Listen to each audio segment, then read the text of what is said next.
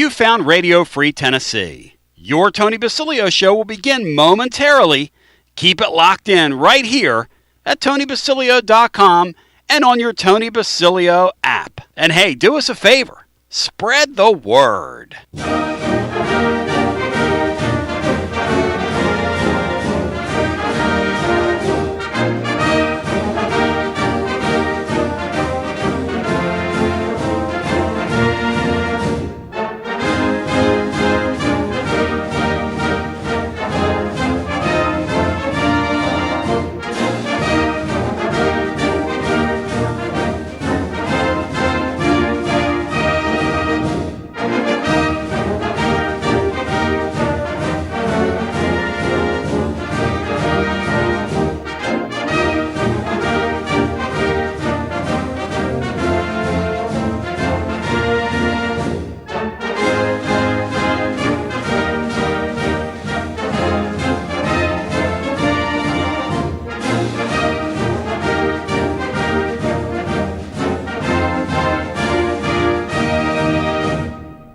Another award-winning, thought-provoking, action-packed edition of the Tony Basilio Show is coming up next. Tips are always appreciated here at TonyBasilio.com, home of the Tony Basilio Show.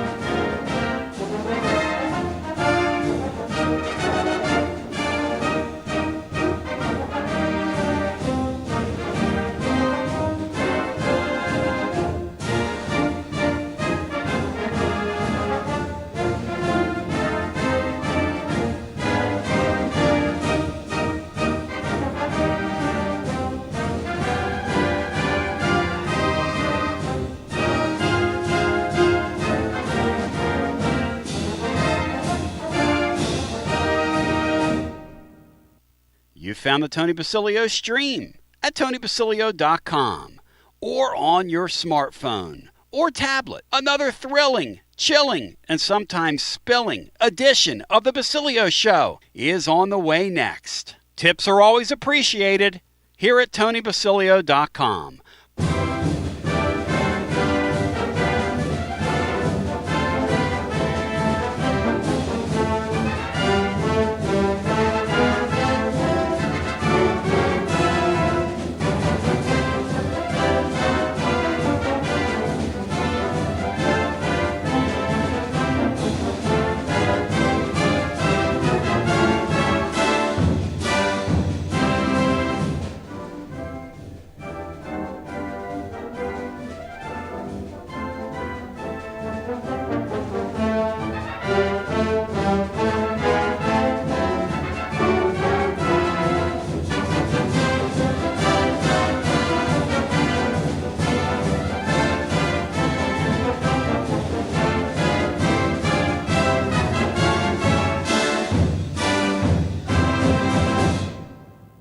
You're listening to FM 105.7 and AM 1340, WKGN Knoxville, and W289CU Knoxville, Fan Run Radio.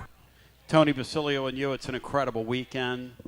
Bino, Jeff Henderson, what's your level of fired upness, focusedness, and preparedness? And I want to know right now. It is high, Tony. We don't have many of these left. Let me look at you. Do you have your game face on? Make your game face like Bobby Knight. Remember Bobby Knight? Yes, I've got the same old one I've worn all year, Tony. Sorry. Well, sorry. I'm going to ask you in a second what this weekend's about. Okay. I want to thank everybody that's participated. We've got a special event today going on here that we've been talking about on our website over at tclub.team all week. And I'm going to let Kelly with Crown Royal share with you what this is all about. Because one thing when Lee approached me about this, and my fine friends here in town, I said, anytime we are doing something for our troops, you got my support full-throatedly, and I love these people anyway. So I'm going to let Kelly tell you about that here in a segunda. Tomorrow, W8 is our tailgate space over at Tailgate, Tennessee. Our Amachi tailgate, this audience has come through like you cannot believe. We're going to have over 400 kids tomorrow, several of whom have never been inside Neyland Stadium. These are children that have one or both parents incarcerated. I want to personally invite you to come by. My friends at Calhoun's are going to cater that tailgate, and we're going to have an incredible time. So what a testimony to this place, and what a wonderful place this is. This is the volunteer state. Now, we need volunteers out here today. And Kelly from Crown Royal, you via Cleveland by the Music City. How you doing? I'm good. How are you doing? I'm doing great. Let me turn you up a little bit here. Kelly, talk to me here about what we're doing with Crown Royal. Yeah, so we're out here at Calhoun's. We'll be here until 2, and we are packing care packages for our troops. So we have Crown Royal bags. We have a bunch of snacks, goodies that we pack the bags with, and then we ask people to fill out a postcard, include it in that bag, and then we partner with our charity partner Packages from Home, and they ship those care packages to troops overseas. That's phenomenal because everybody loves to know that they're being thought of, that they're cared for, that they're loved, that they're appreciated. How did this whole initiative begin? So we've been doing this about 15 years now, and the Crown Royal bag is iconic. Oh, my gosh, yeah. And we were kind of thinking, how can we reuse these and give them a purpose beyond, carrying a bottle? Yeah. And came up with this idea to help the troops. So we love this program. It made a lot of sense to partner with you guys, do it here at Calhoun's today. But it's really special to us. We're happy to be here. Yeah, when I was a young kid, I got caught with a Crown Royal bag in middle school, so you're bringing back memories for me. You like that, Bina? Yes, and you weren't getting ready to send yours elsewhere. No, I was not a care. It was not a care pack. It was not a care package. But folks that come out today, again, we need, because you got people in line right now that are doing this as we speak. So tell me about this, what we need folks to come out and do today. Yeah, so come on out. We're here till 2. Grab a bag, and we'll walk you through the whole process of, how to pack it. Okay. Fill out a postcard, and we have some good giveaways too for everyone who participates. Really? Yeah. We have good giveaways? Yeah. Earl, you didn't tell me about this, man. You didn't tell me about the giveaways. Listen, I really appreciate you being here. Come pop back up with us next hour, and we'll continue to spread the word in terms of what you're doing. And thank you so much for allowing us to help you to do what you're doing here. This is awesome. Awesome. Thank you, guys. We're happy to be here. Yeah. And that's Kelly one more time. And my friends at Crown Royal again, help create care packages for our troops. As you come out and enjoy the show today, grab a Crown Royal bag, pack it with one of each item, and then also you can fill out a postcard with a special message. And basically what we're going to do is, or they're going to, ship all these bags to our troops. It's a great thing. So thank you to our friends at Crown Royal, and it's awesome stuff. Fantastic. Bino, Jeff, huge weekend, lots of fun. This is great stuff. It's exciting, as they say in the trade. Orange Throat asked a question. I'm going to ask you the question. I'm going to ask a living listener the question. Hughie can't be with us for a good 30 minutes or so, presented by our friends at Gufon Moving and Storage. So here's the question. Bino, this game today or tomorrow, it's the last directional school game that we're going to see in the month of November, which we both think is a good thing. Okay? Yes, absolutely. And we're live today at Calhoun's on the River. By the way, shout out to young William Pattison and Nashville Lee, who did a 2-person panel last night on winners and losers presented by Dos Equis, and those guys dominated. This William Pattison guy, Bino, is a bright young broadcaster. This kid's sharp. Yes. I'm not kidding. No. I mean, I'm giving this I've kid... had limited exposure, and it doesn't take long to see that. This kid is sharp. All right, so Throaty says the following. It's been a rough couple of weeks. Tomorrow is going to be about Bino, and I asked the living listener this as well. What is tomorrow for you, the New Mexico State game, about? For the team, Tony, it's about spitting a little bit of bad taste out of their mouth. Right. And getting as much playing time for as many people tomorrow as possible that have spent all year working without much opportunity to play. It's an opportunity to get them onto the field. Outside of the game itself, it's an opportunity for a lot of folks who do not get the opportunity to come to Neyland Stadium on a regular basis like so many of us are so fortunate in order to be able to do. And it's a day of volunteer spirit where those of us who can have that do have that opportunity, step out of the way and give others that. I got to say, when Lee and the folks at Crown Royal approached us about doing this, I had no idea the scope of what they were doing here. So this adds an extra element to what this weekend's about. Because to me, and you and I was talking to Russell Smith about this today, because my vision is they're down here with us every Friday next year. He's down here with us. Okay. And my vision is that we just set up community and do it all day. There's my buddy Randy. And we have so many. It's such a blessing to get to do this and to be here. Yes. And to get to enjoy the fellowship of these football weekends. And I give none of that back, man. No. I savor every minute of it. Tomorrow, to me, is about seeing the kids of tomorrow play in front of the kids of today. I want to see some of these young kids play tomorrow. And I want to see this McIntyre guy play a full half. Now, I don't know if it's going to happen. Because the worst kept secret on UT's campus is that the Merklinger guy is not going to be here next year. He's just not going to be here. So, and I don't see. Here's how you thread the needle when you're a coach in the modern era. And I asked the listener this as well. How do you thread the needle as a coach in the modern era, Beanstar, when you don't? When you and I we've got kids on our team that won't be here next year, but yet they've come to practice.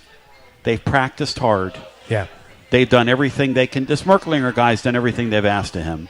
He's been a good kid. He's been a solid citizen. He's never caused any trouble.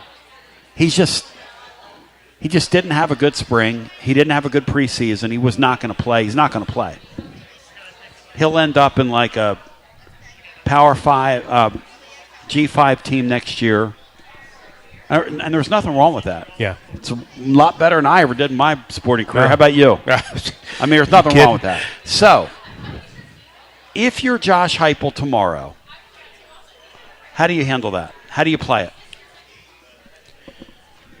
Well, I mean, as a fan, Tony, I look at it as you have to continually build toward seasons ahead. Yes. Coaches don't think that way. Yes. Coaches think in terms of, and I know the landscape has changed, and I know you're constantly out there looking to bolster your roster. Yes. And you have to be out ahead of things to do that. But coaches think about this season and this season only.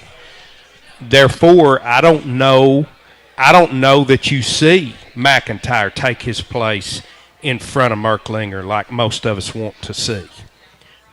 But don't you almost have to – I mean, between now and then, how many opportunities are you going to get for G-Mac to be in the hunt and in the mix? You're under the center. Yeah, you're not.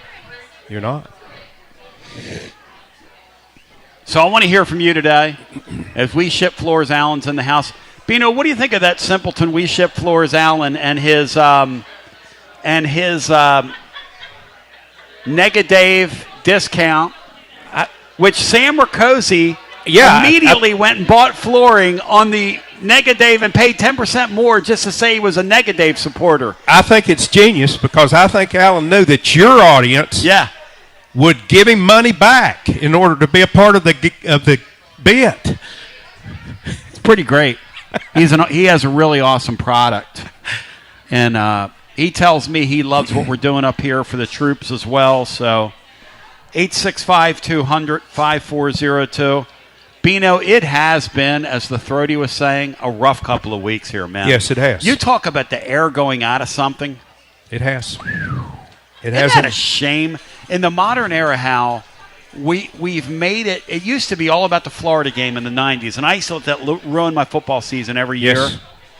And see, I'm not going to tell any young person how to think, but I'm going to tell you this. When you make this experience about one game or one result, and you lose the forest for the trees, you really... Well, let me back up. Last time we were out here, I was hanging out with these Oklahoma fans, okay? And I asked one of them, I said, what's it like being in the SEC now? And they said, oh, it's incredible. We're going to all these are traveling fans. We get to go to all these different places and, just sort of getting to know a town like Knoxville. We were here 10 years ago, but now you get to really hang out and get to see some familiar things, whatever. And I said, well, what's it like for you, not competing for national championships? And they said, well, this one guy said to me, he's like kind of our age. He said, it just kind of dawned on me a while ago that this is really about experience more than it is. Yeah. Or there's only one Ohio State, Bino, and they're buying all the players. So, and they're still buying all the players. So, and you called them Yankee Bama, which is exactly what they are. This is going to be a great weekend of college football. It's going to be a fantastic weekend of college football, Tony. And, I guess the older I get, the more I appreciate the entire season and everything that's around it other than just the game. And I told you before the show started, I don't know how many more lucid, healthy football seasons I have left. I know I don't have as many as I've experienced to this point. So I'm not giving back a third of the season. We got a third of the season left. I'm not throwing that back because it's not going to end in a playoff appearance. Here's a question for you at 865. That's just me. Well, you're right.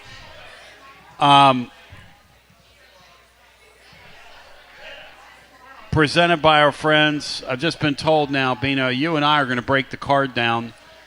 If you want to jump in with us, 865-200-5402, we're going to be left to break the card down. Bino, I need you to come up with the Gufon Moving and Storage Mover of the Week because Hughie now can't make it. Something's come up. He was going to try and get in with us at 1:30, but he sends his regards. Look, when it's time for your next move, you don't want to call just anybody. You want to deal with people, that have a track record. How about since 1887? How about East Tennessee's moving legend? How about Gufon Moving and Storage? How about helping East Tennesseans move since 1887? How about 138 going on 139 years? How about 5 generations? How about a shout-out to Taylor Gufon, who's now the 5th generation, 5 of 5. I feel like, Bino, I started my radio career in 1888. Thank God that Florida series is ending. Matt Dixon, I was getting all haughty yesterday thinking about how the Vols are a 5.5-point favorite. And he said, Tony, you goofball.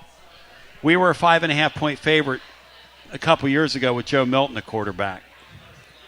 How'd that turn out?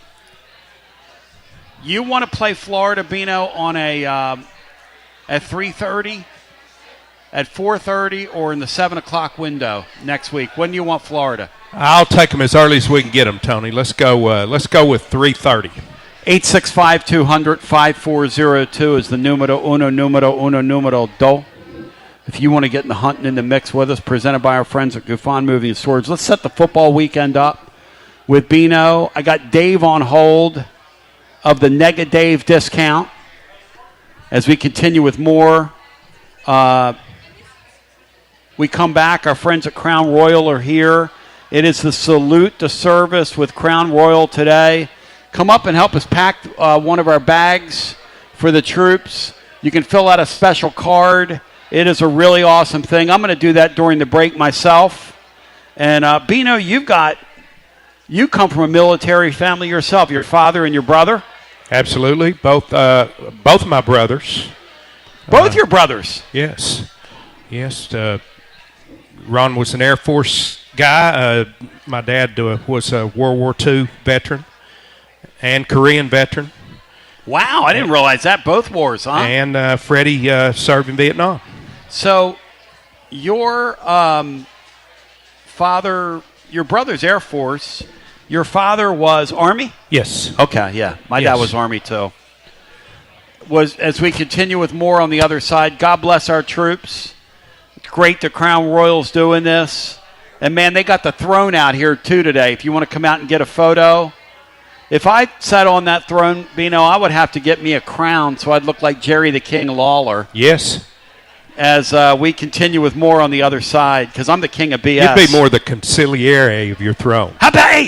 How about the breaking news today? New Jersey has released that mob family was directing a lot of this, and they've come out and made it official. You need to look on your phone. It's official now, and Skinny Joe's involved, and this person and that person, and all the great nicknames.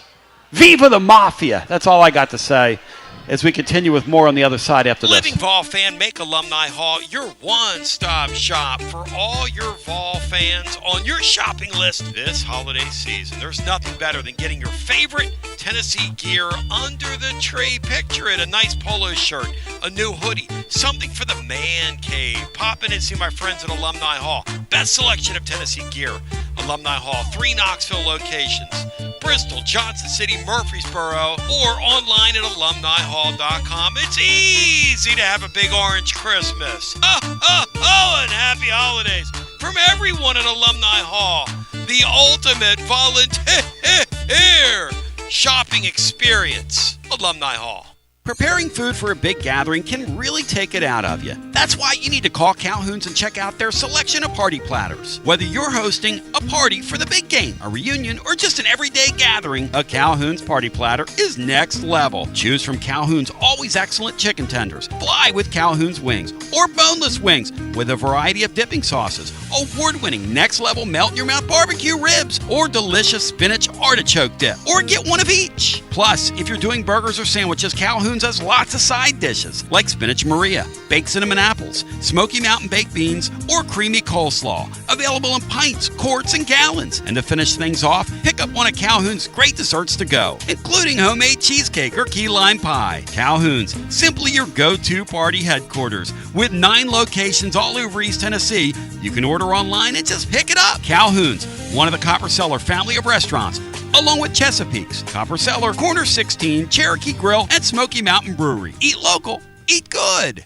When it's time for your next move, you want to get your precious belongings from point A to point B with your peace of mind intact. That's why you need to call my friends at Gouffon Moving and Storage, East Tennessee's moving legend. Gouffon Moving and Storage has been helping East Tennesseans move since 1887. That's 138 years, 5 generations. That's even longer than the Dooley, Jones, and Pruitt era combined. Gouffon Moving and Storage are pro movers, serving Knoxville, surrounding areas, and interstate moves too, both residential and commercial. And we'll provide you with personalized service that other corporate movers simply cannot. We know how to move all types of items. We pay careful attention to our clients' valuables. Your satisfaction as a customer is our absolute priority. As the oldest continually owned and operated family moving business in the United States, when it's time for your next move, it's Gouffon Moving and Storage. And storage, it's secure and vaulted. Our newest offering of commercial storage logistics, we offer receiving, storage, and delivery services for all your business logistic needs. See more at Gouffon.com. That's Gouffon.com. Or check out the link at tclub.team. When it's time for your next move, East Tennessee's moving legend, Gouffon Moving and Storage.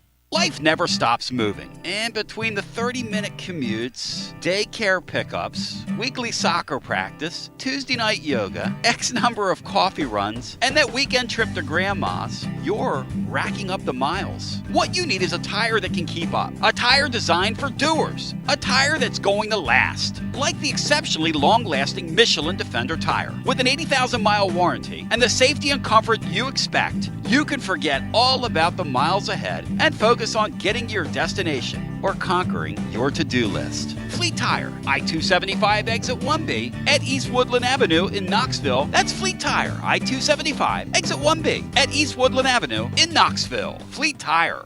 Inward Half is committed to the game and the memorable moments that happen in between. From the tee box to the tailgate, from the green to the big game. For the first birdie with Dad, the first big win with Mom. Friday night lights, Saturday superstitions, Sunday traditions. Fall into the comfort and unparalleled performance of Inward Half. This fall, enjoy the walk-in. Are you tired of hiding your smile because of crooked teeth? At Knoxville Smiles, we've got the perfect solution. Invisalign. No metal, no wires, just clear, comfortable aligners that straighten your teeth without anyone noticing. Eat what you want, smile with confidence, and see results in as little as 6 months. Call us today for more information about Invisalign, 865-539-1776, or just visit us online at knoxvillesmiles.com. Smile brighter with Knoxville Smiles. Out-of-town law firms have been swarming into East Tennessee lately. From Memphis, Chattanooga, and Birmingham, they've stormed into the area. Wouldn't you rather do business with a local firm? You know, a true neighbor. Marcos Garza and the pros at the Garza Law Firm are just that. There are neighbors and friends that support local causes year-round. The Garza Law Firm works to serve you professionally on criminal matters, injuries and accident matters, and Social Security and disability filings. The Garza Law Firm is here for you at garzalaw.com. The Garza Law Firm. Let us help. Brr! It's getting cold outside. Is your heating system ready for winter? Don't wait to find out. Pipe Wrench's $79 heating system tune-up ensures your HVAC is ready for those cold nights so your home stays warm, safe, and worry-free all winter long.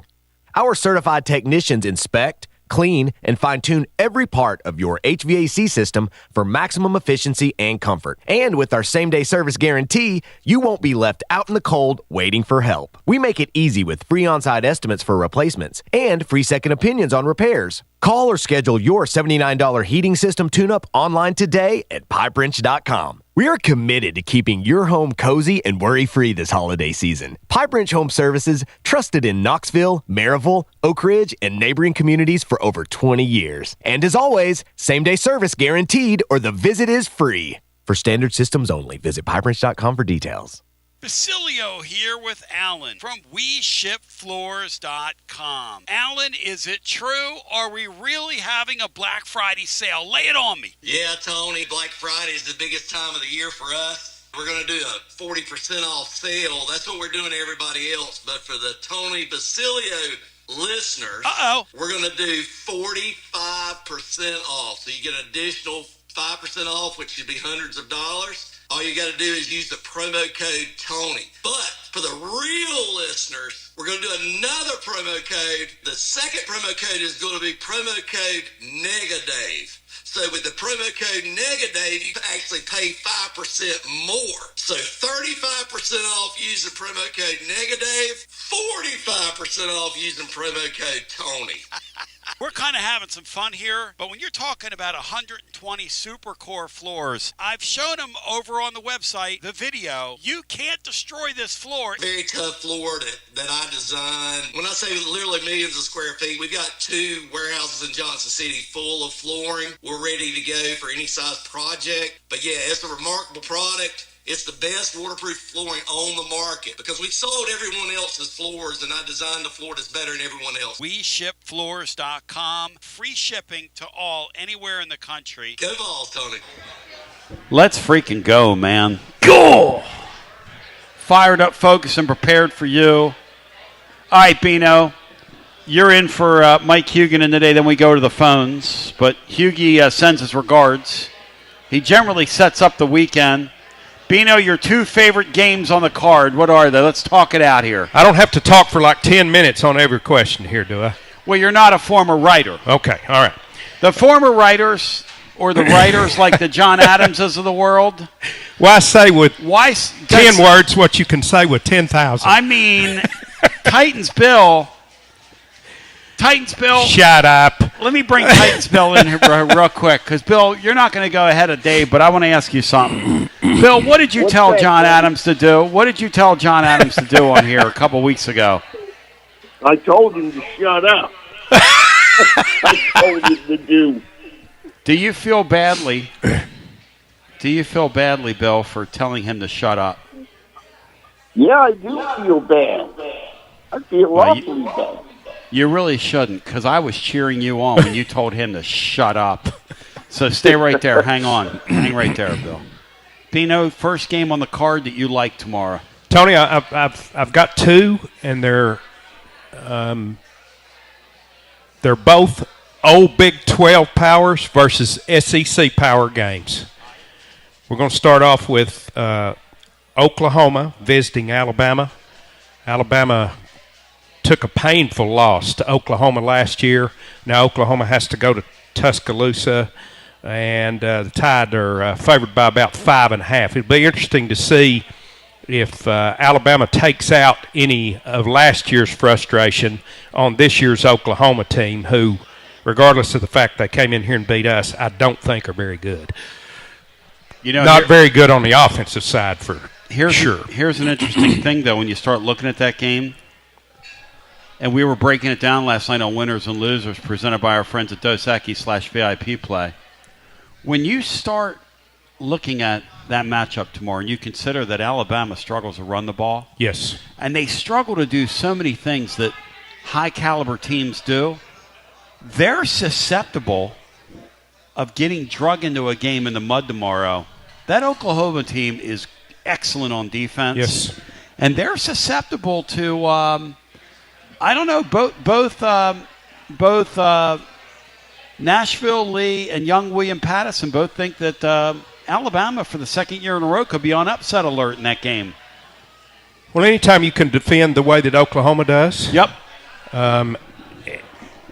you've got an opportunity. They're kind of in the mold like we were last year.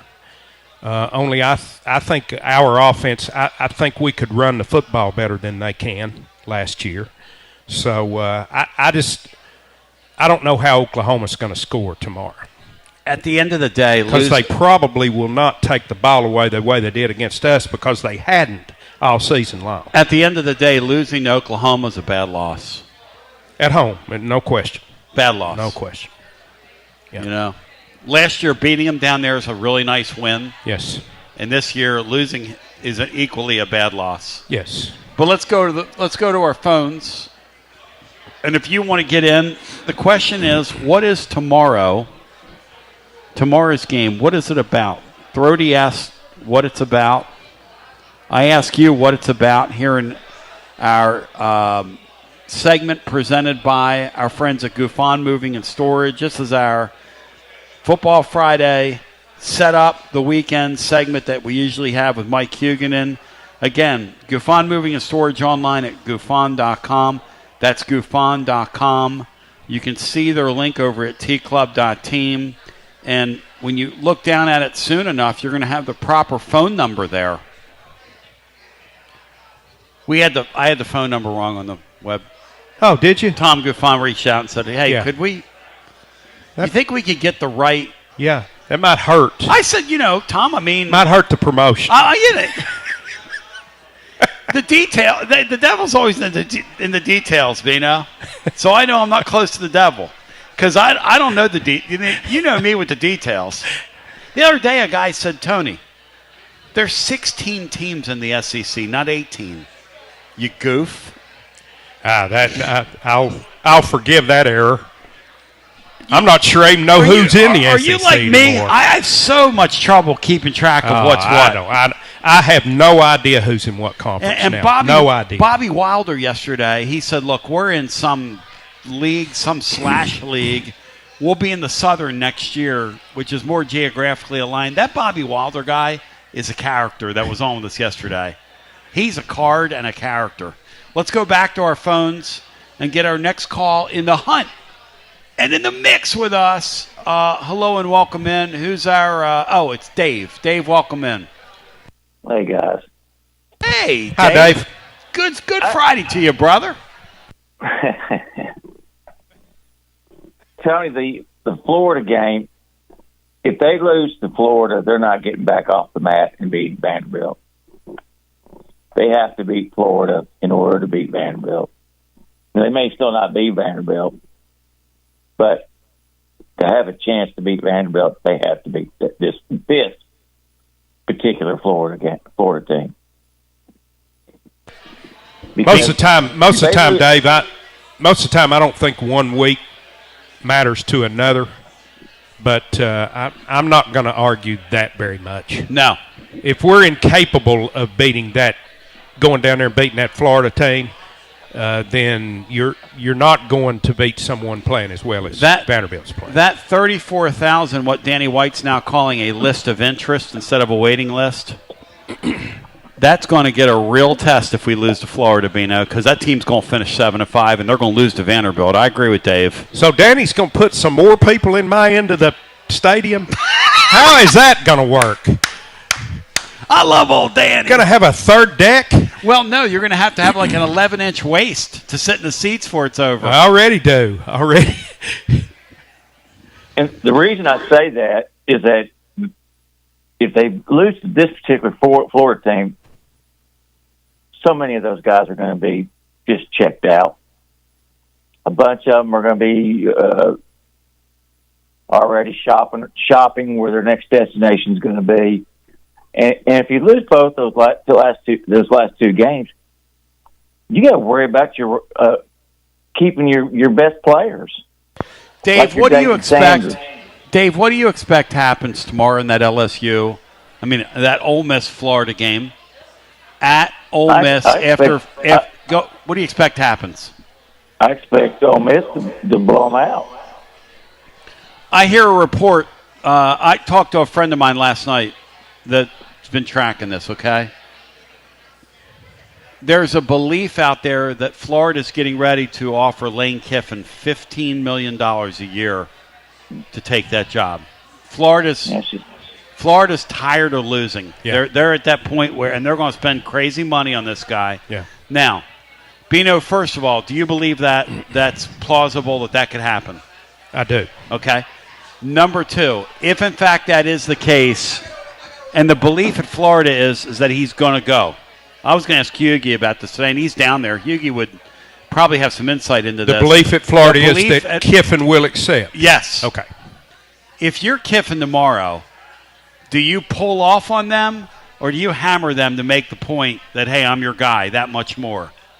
Or if you already have a backroom deal with them, this is what we're dealing with now. This is Doug Dickey, 1969. Yeah. Do you pull off, or do you hammer him, Bino? No, I think he'll beat him as bad as he can beat him. And then pay me. I'm going to beat you, humiliate. Dave, what do you think? Do you think he pulls off, or do you think he puts it on him? Oh no, he's going to coach that game like he would any other game. He's not going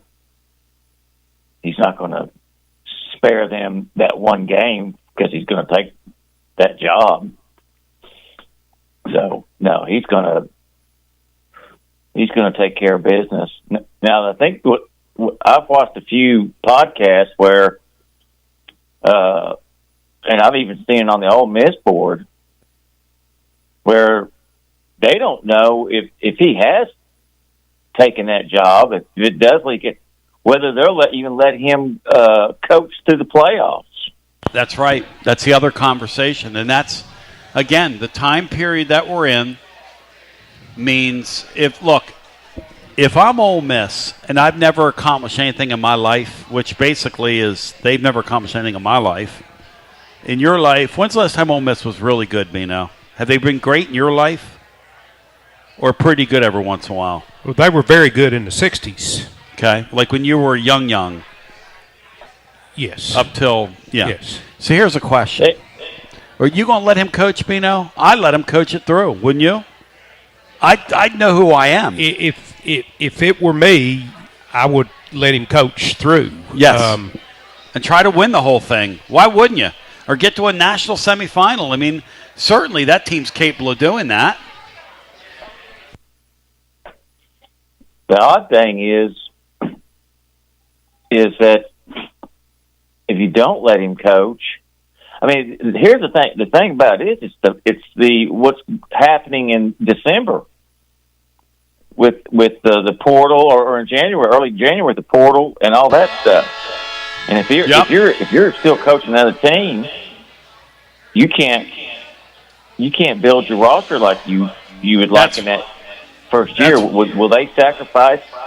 The plan is that, and watch for this to happen if in fact this comes down. Okay, if he takes that Florida job, going out ahead of him is going to be Ed Ogeron setting up the house there for him. That's going to be the new model. You get somebody to set the house up for you. On second thought, the way that he and his staff conducted themselves here after he decided to leave, yeah, I think I would get him off of my campus as soon as I could get him off. That's another thing. But again, I'm back to this. I'm at Mississippi. I'm a never was and a never will be. I have a chance in a national playoff to do something. Why would I throw that away because this guy's going to take a job that's better than mine? Why would I? I mean, to me it comes down to like awareness, just being aware of your role in this whole thing. Ole Miss, no offense to them, Dave, they are a runaround car. That's what they are. Yeah, but all these money people and these people that run these universities, they all got egos like you won't believe. Oh, sure. And that would lead me to believe that they're not going to – they'd want him out the door and let somebody else coach him through the playoffs. Because, once that bridge, they've done that and they've – Yep. And Kiffin, he slightly burned a bridge here when he took off on us. Oh, terribly. And terribly burned a bridge. And Ole Miss will feel the same way because Ole Miss really, you got to think about this. They've pretty much given him everything to win down there. Oh, listen, Dave, I appreciate the call. Thank you. He's not trustworthy. I don't trust Lane Kiffin. Do you, Bino? After he showed who he is here, what he did to us was all-time bad. I think he's a different guy than he was when he's here. Yeah, when he was here, but I don't think there's a handful of coaches out there that wouldn't try to take advantage and take some guys with them. Of course. Hey, so-and-so, you've seen the rumors about me in Florida. Hey, I'm going to call you. Yeah. Keep your phone on. That's why this offseason. And I'm not sure running him off campus solves that. No. It's not going to solve that. So, no. I guess that's what you're weighing. Well, the funny thing is, somebody reminded me last year that Ohio State had some kids jump into the portal. They played against us in that playoff game. There were kids on their roster that were going to jump into that portal. Yeah. And they just did it anyway. Yeah. I mean, what are we doing? We're in a new age now. I was talking to Lee Earl here. What do you call him, Lee or Earl? Being I've always called him Lee. I've never changed. So, and people making snap judgments, people like Dave about our basketball team. It's pick up basketball. Now, there was a great game last night. Purdue and Alabama was a great basketball game. Was. Top 10 game. And it was fun to watch. Yes. Let's pick up basketball. Until you get into February and we really see what you have and everybody kind of slows down for everybody. This Tennessee team, you're making snap judgments about this Tennessee team. This Tennessee basketball team is going to be just fine. Just fine. Kentucky is going to be very good. People say, well, who's their number one scorer, they'll have one when the time comes. They'll identify somebody. I watched Kentucky the other night. They have a lot of talent. Yes, they do. So, and this Ament guy, can I get an amen for Ament? Because that son of a gun can play the game. But we'll go to the phones at 865-200-5402. Before we do, Bino, my friends at Crown Royal are here. Those of you that are gathered at Calhoun's today, I want to encourage you to come up and pack a bag for our friends here because this is for the troops, and we're sending them out, and this is an opportunity for you to participate. 7 items you stick in the bag. Bino and myself just did it. You fill out the card, put a nice little personal message in there, and I wished whoever it is that was getting my bag well. I thanked them for their service and said, God bless you from Tony B. in Knoxville. Second game on the card, Bino, you're looking forward to before we go the wit and the wisdom of Titans Bill, who will join us next. It's another old Big 12 SEC matchup, Tony, with Texas going to Georgia. And what's the number in that game? The number is Georgia 6.5 point favorite. Earlier in the year, you would have thought that's the signature game of the weekend. Yes. Texas right now is literally fighting for their lives. We're living in a world, Bino, where Vanderbilt, if I'd have told you this at the beginning of the year, Vanderbilt fans are cheering for Georgia over Texas. Vanderbilt fans. Because Vanderbilt fans have their eyes on going to the playoffs. Now, what twilight zone am I living in? And I'm going to tell you something. If you put me out over that river right now and suspended me and said, if you're wrong, you're getting dropped in that cold lake water. Vanderbilt or Tennessee, last game of the season in here. Who you picking, Tony? And if you're wrong, you're taking a bath. You don't even want to know my answer right now. Because I think my answer is your answer. You know what I'm saying? I mean, what world are we living in? Yeah. What's going on here? And what do you think about that Georgia-Texas game tomorrow presented by our friends at Gufon Moving and Storage? Because, listen, Georgia's not very good. I know they've got a nice record. Bino, we should have beaten them. Come on. Until last weekend, Georgia's just lived on the edge the entire season. And they played a team that had done the same, only with totally different results. And Mississippi State, I think, felt the burden last week of all of those close losses. And Georgia just kind of put it on them. Now they're back playing the elite of the SEC. Yep. And for whatever reason, I think Texas is going to play them off their feet tomorrow, if not beat them. I feel you. I think Texas is history. I think Texas is going to be Texas tomorrow. Yeah. And if they beat them, Georgia's going to be sitting there with 2 losses. They're going to be sitting there with 2 losses. Vanderbilt's going to be sitting there maybe at the end of the year with 2 losses. And that's going to set up a scenario where a 2-loss team's going to get left behind. That could happen. Yeah, it most certainly could. I'm on record as saying I'll believe a 10-2 SEC team doesn't make the playoffs when I see it. If there's one it could happen to, it's Vandy. And it's not fair, but it's just their history. Because I'm going to tell you this. We forget this. The playoffs are a TV show. Yes. I want brands on my TV screen. Now, the one thing Vanderbilt has going for them is that pugnacious quarterback who I love. I'm not sure if he penetrates with the Q rating. I'm not sure if he, has enough cachet nationally. Boy, He's one of my favorite players in the sport right now. Can I say that to you? Yeah, sure. Absolutely. He's a hard-nosed player. He's a brash kid. He came in making what sounded like just crazy proclamations. And he backed it up. Yeah. I mean, he's a maniac. To this point, he's backed it up. Yeah. Let's go to the phones. Let me tell you something.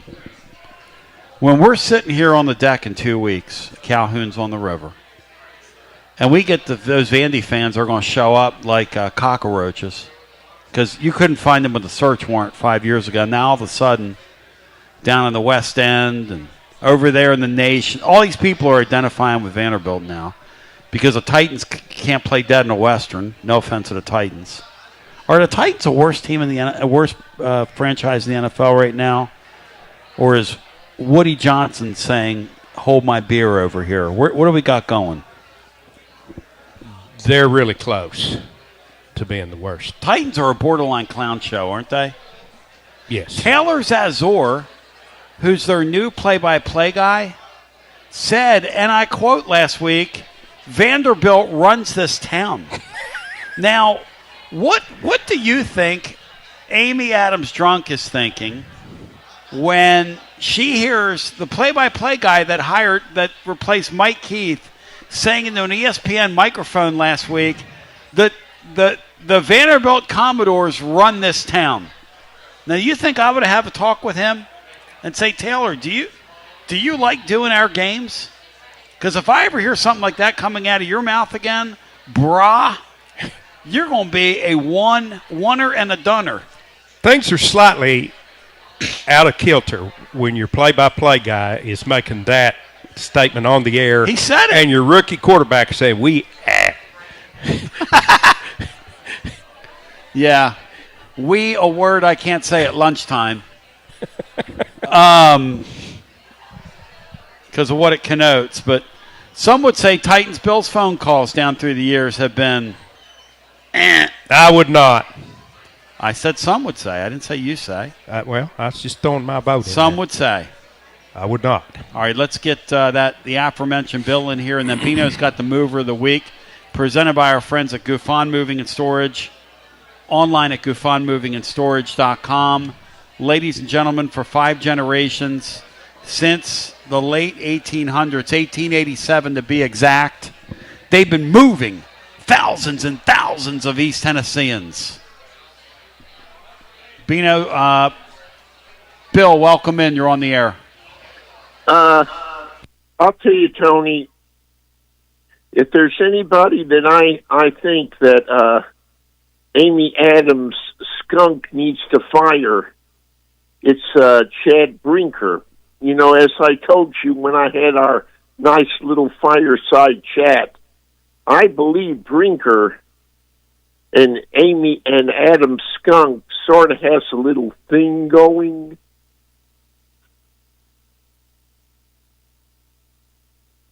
Now, Bill, for the uninitiated, Bill, what is Brinker's type? What does he do?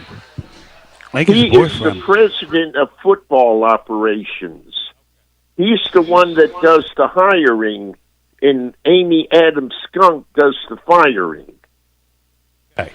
He does a nice job. I think the rest of that, Bino, speak for the AFC South. Are you a Brinker fan? Yes. Yeah. I hope he's not on the Brinker there. We need him to stay right where he's at. And are you saying that he's a boyfriend, Bill? Is that kind of what the thought is down there? Yeah, well, I heard this from one caller. I was calling this one talk show out of a sports talk show out of Nashville. Right. You know, WPRT, which is, I believe, 102.5, which is, I believe, Rodney and Rex Road. And I heard one caller thought that Amy Adams Strunk and Brinker was sort of having a little romantic fling. So does Rex Road still write? Oh, yeah. Rex Road writes for The Athletic and does radio. Okay. I'll tell you what he is. He's a really talented guy. Yeah, I agree. And he's a really sharp, smart guy. I hadn't seen his stuff. Yeah, we need to get him back on. As of late. Yeah. Do you read The Athletic? I do not. Oh, I love The Athletic, Bino. I used to, but I I love The Athletic. let that subscription go. Guess I should get it back. Yeah, I love The Athletic. Reminds me of the old Sporting News, which is the highest compliment I could pay you. No, that's fantastic. I love the old Sporting News. I used to love Me too. Thursdays getting the Sporting News, come in the too. mail. Favorite day. I'm a total nerd. Bill, do you have anything else for us? Do you have a nominee for the Mover of the Week presented by our friends at Gufon Moving and Storage? He already gave his, that Brinker guy. Oh, he's breaking news that he's moved in on an Amy Adams drunk. Who knew? He is a mover. He's like a smooth mover. Bill, he's a smooth mover. You know. Last weekend you were wanting to, you wanted to sponsor somebody's phone call. I'll tell you who would be a perfect sponsor to my phone call, Tony. All right. WDEF News 12. 5, Chattanooga. 4, 3, 2. You're out of here. 865-200-5402. Who do the Titans have this weekend, Bino? I don't know, but it looks like they've finally moved him off my television, whoever it is. How about that? Did you see that? That is so beautiful. Did you see that? That's the best thing that's ever happened.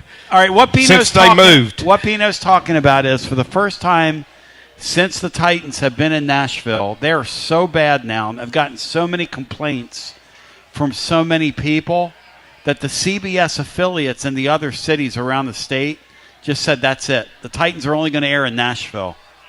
Now, let me tell you something. This Taylor Azor guy might be on to something.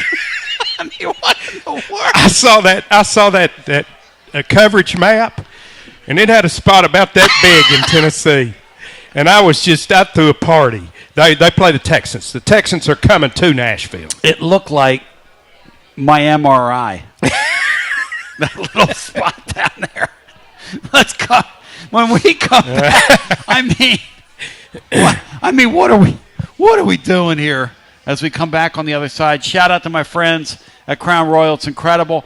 Those of you who are here, please come up and pack a bag. Those of you that get down here to eat lunch at Calhoun's on the River, they're out here till 2 o'clock today. Love to see you.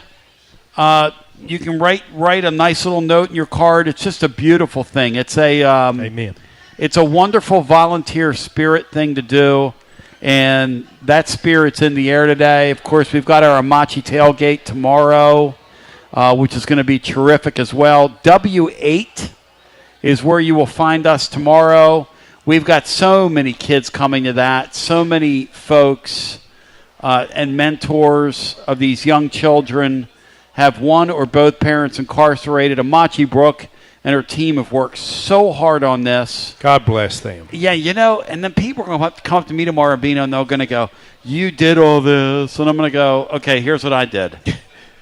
I called Amachi Brook, and I said, hey, please go out today and see my friends at Alumni Hall who've got a big, huge box of things that they've held back for these kids all year, which is an incredible thing that Beth Parks has done. Please coordinate with our friends at Calhoun's. Thank you for that. Our friends with the Smokies have provided us with all the drinks for the event tomorrow. We have other sponsors like Clarkey over at Slick Ticket Service who have given them passes. Several of our sponsors have stepped up and have donated their tickets for tomorrow, including We Ship Floors Allen. And so several hundreds of listeners as well have given them financial donations for us to, just kind of sweeten that thing tomorrow. So you've used your platform, Tony. It's a sweet day. It's going to be a sweet day. Absolutely. And you've seen it. Yes. It's a sweet thing. Oh, it's fantastic. I had a listener ask me, Tony, I have a couple of younger children, and I'd like to bring them. And I said, please bring them. Please come by. That's why we publish and have published all week in the blog where we're going to be, because truly, when I say this, I mean this. This is a family. you kind of think of me as like your crazy uncle. But we are a radio family, and I think some of you like you're my crazy cousin. I kind of think of like Nega Dave, Bino. I kind of think of Nega Dave. Yeah. I mean, I'm not making fun of this. Nega Dave's like a relative off his meds, right? That's kind of how Nega Dave the other night said we're not going to go 500 in the league with our basketball roster. Yeah. And a Hall of Fame coach in Rick Barnes, and he says he's going to bring everybody. Yeah. Down. You heard him. Yeah, I think I earned an ale steak in that. Yeah, he's going to feed you an ale steak here at Calhoun's. I'm for it. And he said his wife's name on the air, and now we call her Nega Sheila. So we got Nega Dave and Nega Sheila. The beauty of tomorrow, Tony, is in seeing how all the surrounding tailgates view that. Oh, my gosh. And how much they appreciate it and the beauty that they see in it. If they know nothing about what's going on, it doesn't take long for them to see it. Another thing that's really cool from visiting tailgates, Bino, is some will be listeners to the show. Yes. And they'll come over and play with the kids. They'll toss football with them. And I'll walk over and apologize because balls will roll into – because I want to create mayhem. And we'll have the kids having balls. They're having catches, and they'll slide in. And then I'll go and apologize, and they'll go, Tony, we know what you're doing. We know what you guys are doing. Please don't apologize. You're breathing a little life into this thing here. As we continue with more on the other side. So it's the Crown Royal Salute to the Troops Day here at Calhoun's on the River. It's an outstanding thing. Leanne's getting her – look, she's got her game on, Beanstar. I like it. It's a 3-beer Friday. We're not even at lunchtime yet. As we continue with more on the other side, right after this. You're listening to FM 105.7 and AM 1340, WKGN Knoxville, and W289CU Knoxville. Fan Run Radio. It's the hottest post-game show on the planet. Garza Law, fifth quarter fan reaction. Fan reaction. As soon as the final gun sounds, we're live. Score a TD every time with T3 Vodka. T3 is Tennessee's premium vodka, handcrafted with passion, precision, and a whole lot of pride. T3 Vodka is taking the Volunteer State by storm. T3 Vodka, handcrafted in the majesty of the foothills of the Great Smoky Mountains, where quality isn't just a promise, it's a way of life. Filtered 10 times and 80 proof, T3 Vodka delivers a smoothness that's unmatched. This dedication to excellence has already earned T3 Vodka prestigious accolades. T3 is a 5-time gold medal winning vodka and the 2025 SIPS Consumer Choice Award medal winner. Whether you're sipping it neat or on the rocks or mixing up your favorite cocktail, T3 Vodka is your choice for a premium, award-winning experience. Score a T3 TD and ask for T3 Vodka by name at restaurants and wine and liquor stores today. Drink it neat, drink it right, drink T3 Vodka and score a touchdown every time. T3, Tennessee's premium vodka. Distributed by Athens Distributing Company. Please drink responsibly. When it's time for a fresh coat of paint, run, don't walk to Walker's Painting. Interior and exterior, Walker's Painting's been making it beautiful since 1999 across the Knoxville area. New construction, repaints, commercial, residential, free estimates available. And get this, mention you heard Walker's Painting on the Basilio show, 10% off your first job. Let's go! Run, don't walk to Walker's Painting. 865-688-1410. That's 865-688-1410. Walker's Painting, making it beautiful since 1999. Check out the ad at the blog at tclub.team. Walker's Painting. Hi, I'm Jim Simpson, owner of Simpson Meats. When's the last time you grilled a really good burger or steak? One your friends still talk about. Our goal at Simpson Meats is to make that happen every time you have a cookout. All of our cuts of meats, steaks, burgers, briskets, and pork are always fresh, flavorful, and sustainably sourced. We are family owned, so we know the importance of knowing how and where your food is raised. We have been putting quality first since 1888. Visit our butcher shop off Lovell Road or online at simpsonmeats.com. Okay, so we really need uniforms and equipment for this season. Can I trust you with that? Cool, I'll just order them online. What? Yeah, I'm gonna hop online and I'm gonna get them ordered. Hold up, that's not a good idea. We shouldn't just spend money on some random online retailer, okay? I mean, it seems pretty convenient. Trust me, it's a terrible idea. Let me simplify this for you. SM Athletics. Okay, how do you pronounce it? SM Athletics? They're the go-to for uniforms and equipment, whether it's for universities, high schools, youth leagues, you name it. So why wouldn't you rather go with professionals who can guide us through the process, design the perfect uniforms, and deliver the best equipment? Yeah, I guess that makes sense. What's the name again? SM Athletics. Right. It's definitely smarter to go with a company that emphasizes customer service, fair pricing, and, of course, excellent products. Exactly. So, yeah, I guess it's settled then. For uniforms and equipment for all sports, it's SM Athletics. Yeah, it's another day, but what kind of day is it really? A day of doom scrolling? Laundry day? Nah, it's a White Claw day. Light and refreshing tasting, uniquely cold way filtered. There's an iconic flavor for everyone. So grab a pack, grab your friends. Make the most of each day with those who matter most. When you're together with White Claw, every day is a once-in-a-lifetime experience. You just gotta grab it. White Claw. Grab life by the claw. Please drink responsibly. Hard seltzer with flavors. White Claw Seltzer Works, Chicago, Illinois. Got a problem tree looming over your home? Call ECR Total Landscapes. Whether it's trimming, removal, or storm cleanup, our certified pros get the job done safely and efficiently. We're licensed, insured, and ready 24/7 for emergency calls. Big or small, we cut them all. ECR Total Landscapes. Call now for a free estimate, 865-384-2012, and mention promo code FANRUN for free stump grinding on any tree removal now through the end of the year. Also, visit us at ecrtotallandscapes.com. Basilio here for Budget Transmissions. TGMD, the great Matt Dixon, took his Ford Escape to budget, and like our gold bullet back in the day, it was a total mess. And now, Matt's back in the game. He's got a new transmission, axle, wheel bearing, both radiator hoses, engine mounts, coolant hoses. I mean, his Ford Escape was about to escape to the junkyard, but he didn't begrudge it. He took it to budget, and now he's on his way back to Omaha. Budget Transmissions, over 30 years in business, conveniently located in Bearden. All extended service contracts are honored. A gold certified Repair Pal member. 865-584-4391. 865-584-4391. Budget Transmissions. Don't begrudge it. Take it to budget. Josh Collins at Collins Insurance Agency. At Collins Insurance, we strive to ensure our customers receive better coverage along with bigger savings.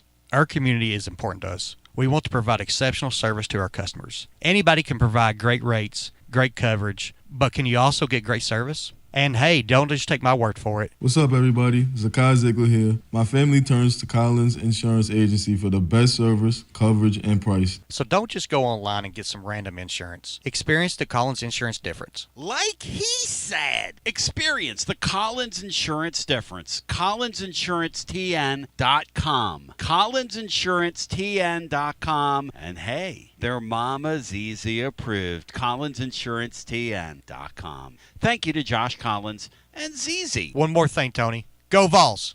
Yee-haw! I've been hooting and hollering ever since I started betting with the VIP Play app.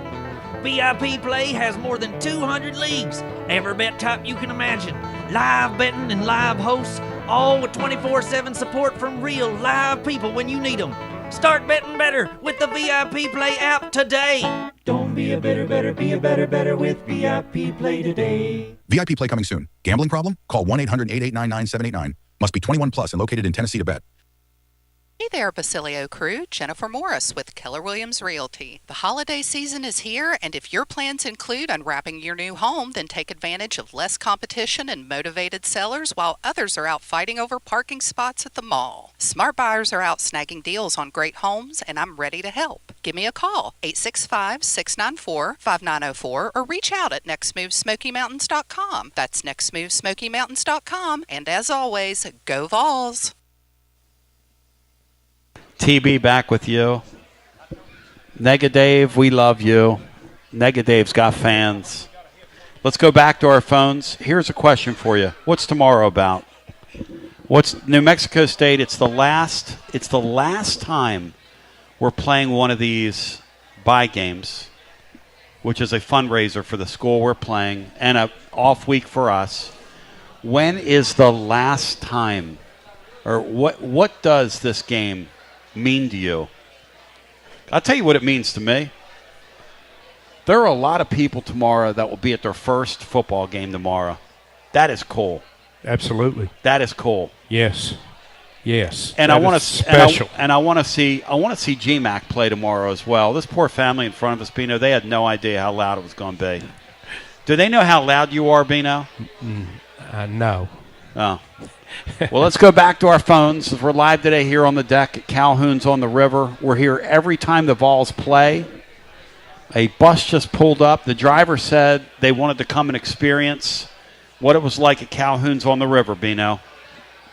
Smart people. Let's get the rustic one in here. And Titans Bill, you had a great call, but shout out to our friends at Gufon Moving and Storage, because Bino's going to give you his mover of the week here momentarily. Hello and welcome into our next call, and it is the rustic one. Rustic one, welcome in. Yoshi-hee-ho, fellas. Thanks for having me on. Hey, rustic one. Great to talk to you, my man. Thank you. Tony, I don't want to steal Bino's spotlight ever, but can I nominate a mover of the week in honor of Gufon Storage? Please. Absolutely. Please. Well, and it's the reason for my call. I would actually call this a perspective mover, and I'm a little embarrassed to do this, but I had a friend, a mutual friend of ours, that wanted me to call in and request a favor. Watts Bar Terry wanted to know if you had any leftover Amachi tickets down in the Lower West Club or the Terrace. Bino, do you tell the living listener what Watts Bar Terry did several years ago, if you can recall this, because he is an absolute clown. Tony, I don't recall the exact. All right, here it is. Tack Air Spike. This is back in the physical tickets day, okay? Yes. It is. And it was either Tack Air Spike or it was Fake Dane Bradshaw, but it was one of those guys, either Fake Dane or Tack Air Spike called. Tack Air Spike had 50-yard line seats, okay? And we promised these to these kids and his mentor. There were 4 of them. These were sweet, sweet tickets. So one of Tack Air Spike's emissaries shows up, and he says, "Man, I got bad news." He said, "It was me, not to cut you off. I was the messenger there." And tell the story. Go ahead, tell the living listener what happened. Well, I just will never forget, and you're right, it's in the era of physical tickets, walking up to you and handing you an envelope, and I said, "Hey, here are the tickets." And you popped them open, and they were 2 and double G right underneath the Jumbotron. And you looked at me and said, "What are these?" And I said, they're 2 tickets. And you go, "I thought these were from Spike." And I said, "Well, about that." And, I tell you the story that Watts Bar, an associate of mine, sees the ticket sitting out on my desk, and he said, "Hey, are those Spike seats?" And I said, "Yeah." And he goes, "Well, those are kind of right near mine, and I've got some friends and family coming in, and just hands me 2 others." He said, "Go take those to Tony instead." Didn't even look at them. I just put them in the same envelope, and I bring them down to you, and they are 2 and double G underneath the radiating heat of the Jumbotron in exchange for 2 in Section T on row 8. Now, Bino, in your humble opinion, if no good deed goes unpunished, okay, what does that good deed get? If no good deed goes unpunished, which I believe, so what pray tell does that deed get you? Probably a spot hotter than right underneath that Jumbotron. And then the guy calls the Garza Law postgame show that night. Said he called like 60 times trying to get through, and I cut a promo on him, and he's wondering what that's all about. And I'm like, "Look, man, He tries to explain himself. Tony, I did see him send tickets to Brooke this week, so I think he's slowly trying to reverse his cosmic fortune. I don't know how many years it's going to take. It could take a while, but yeah. I promise you there's enough of us out there that will never let him live that down. I'll tell you this about Watts Bar Terry. Down through the years, all kidding aside, after that, he's been a great supporter of that tailgate and what we do, and he's helped us find tickets. And Terry, if you're listening to us, to me, you're a gold-hearted gold bricker. And I mean that. You got like a heart of gold, but you're still a little bit of a gold bricker. No offense to you. Repentance is a wonderful thing. Yes, it is. Even for a gold bricker like him. Well, guys, thanks for what you do. It looks like it's going to be a great day tomorrow. The game itself, I think y'all are dead on. These sort of games are great to bring kids to. They're great for first-time ball fans. I think growing up, the homecoming game's kind of the only game I went to till I was 8 or 9 years old at least. So it's great for that.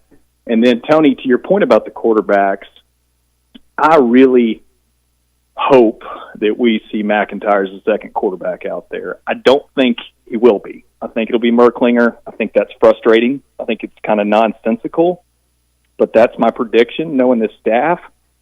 And I don't quite get that, because if you know he's not going to be here next year, and everybody that seems to know the kid, knows the program, says he's not, I don't understand why you play him. And I get your point about he's put in the work, and he seems like he's a great kid and a model citizen, but that's what the NIL's for. And he's getting paid high six figures to be a backup quarterback in college, and that's the compensation. If he's not going to be here next year, McIntyre needs some reps. I don't understand that, but knowing this staff, I bet it's still Merklinger in the third quarter tomorrow. And that will make zero sense to me, because, Rustic One brings up a great point, and this is something we reported back in the spring. Tennessee knew that kid was getting ready to jump into the transfer portal because they got tipped off about 10 days before it happened, before it came to a head. They knew a couple weeks ahead of time. And they went to Merklinger and gave him a raise. And he was like, thank you. Wow, but he had no idea, what the context of it was. Because, hey, we got to keep the wheels on somebody. So then they turn around after the fact, and after Nico leaves, Merklinger's people go to them and say, hey, we need more. And you got to pay him. You either pay him or you're going to lose him. So, Bino, at that point, if the checks have cleared, do I owe you playing time tomorrow? I mean, I haven't even thought of it in that perspective. No. This is like professional football now. It is. And we all know you're not going to be. And we all know you're not going to be here tomorrow, next year. So what do I owe you? I want to get a look at my future guy and see if he can play. Like I've told you, Tony, I'm still a staunch Heupel disciple. Yeah. But if there's going to be any real length to his tenure here, there are a few things that he has to do. And one of them is he has to become a little bit more hard-hearted when he's dealing with his roster and when he's dealing with his staff. Terry, do you agree with that? You think that falls into this deal?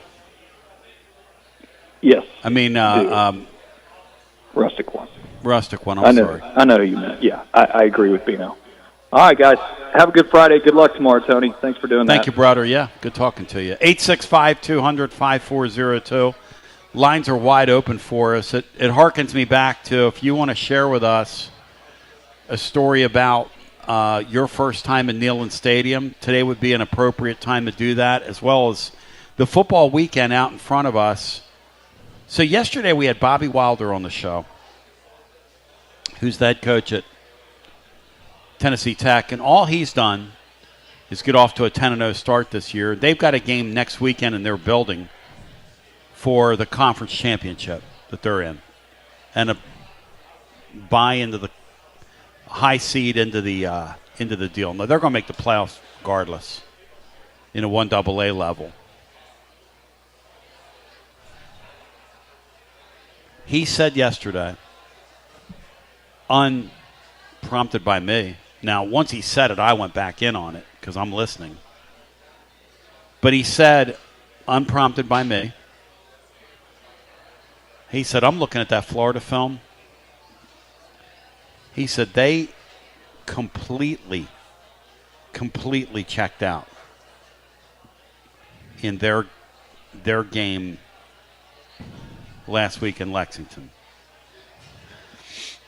And that was 1 week after fighting Georgia tooth and nail and looking very much alive. What we don't know about this area yet, Bino, and none of us can answer is it possible to check out and check back in? Yeah. Is it possible? All of us in Big Orange Country are wondering, is this going to be the year where we finally go down there to Florida and win a football game? If they look checked out again and get hammered, and we figure out a way to lose to them, like Negative was saying last hour, that'll be one of the worst losses in our lifetime in anything. Yeah. And when I looked at the close of this season,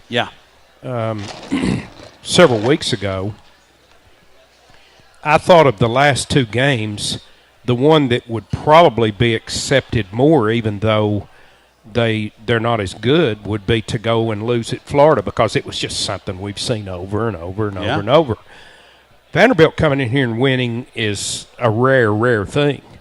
And I felt at that time that people would accept a loss to Florida easier than they would to Vanderbilt.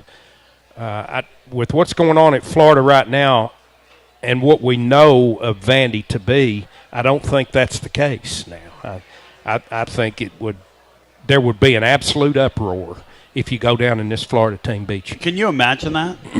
I mean, here's the thing, though. Could Florida check back in and play well tomorrow for a guy it's rumored that could be their future coach? I mean, this sport, college football's always been a crazy game, and it's always been a game of characters, and it's always been a game of stars, and it's always been a game of who knows what's going to happen, 18 to 22-year-old kids.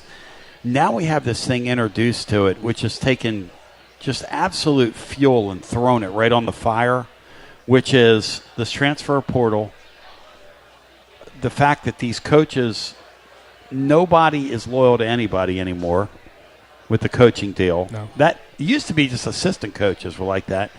Now people are out there saying, well, you know, Josh Heupel could get up and leave at the end of the year. Sure he could. Nothing you say to me about any of these people is going to surprise me, Bino. How about you? No. Nothing. No. I mean, it would not. Not surprised in the least. It would. If Josh Heupel left Tennessee after this year, it would be a shame. But it really wouldn't, it wouldn't knock me over, surprise me. How about you? It just wouldn't. No, it wouldn't. I'd take it all in stride. Yeah. You could tell me football or basketball, and I'll believe you. It's a nomadic game now, Tony. Totally nomadic. If everybody's moving when the opportunity presents itself. Mm-hmm. So I won't be shocked by any of that. And if Florida is going to check back in, if they are going to check back in, it will be against us. And that's the thing that Matt Dixon said. He said, I'm going to caution you against this. He said they go out there and get absolutely hammered tomorrow, because we'll be on doing Garza Law fifth quarter fan reaction as soon as the game ends over at tclub.team. We'll be live on the air doing the postgame show. He said, you're going to come to the conclusion that Florida's done. Don't do that. Because they're going to walk out there in front of their home stands, home fans. Yeah. And those people do not want to lose that last game in that series that they've owned. No. We played that. I think we've won 7 times, Vino, since we started playing every year. Out of that's 35 Crazy. I think it's 28-7, some crazy thing like that. It's stupid. It's stupid. It's what it is. It is stupid. And our defense is capable of making their offense look like Lazarus.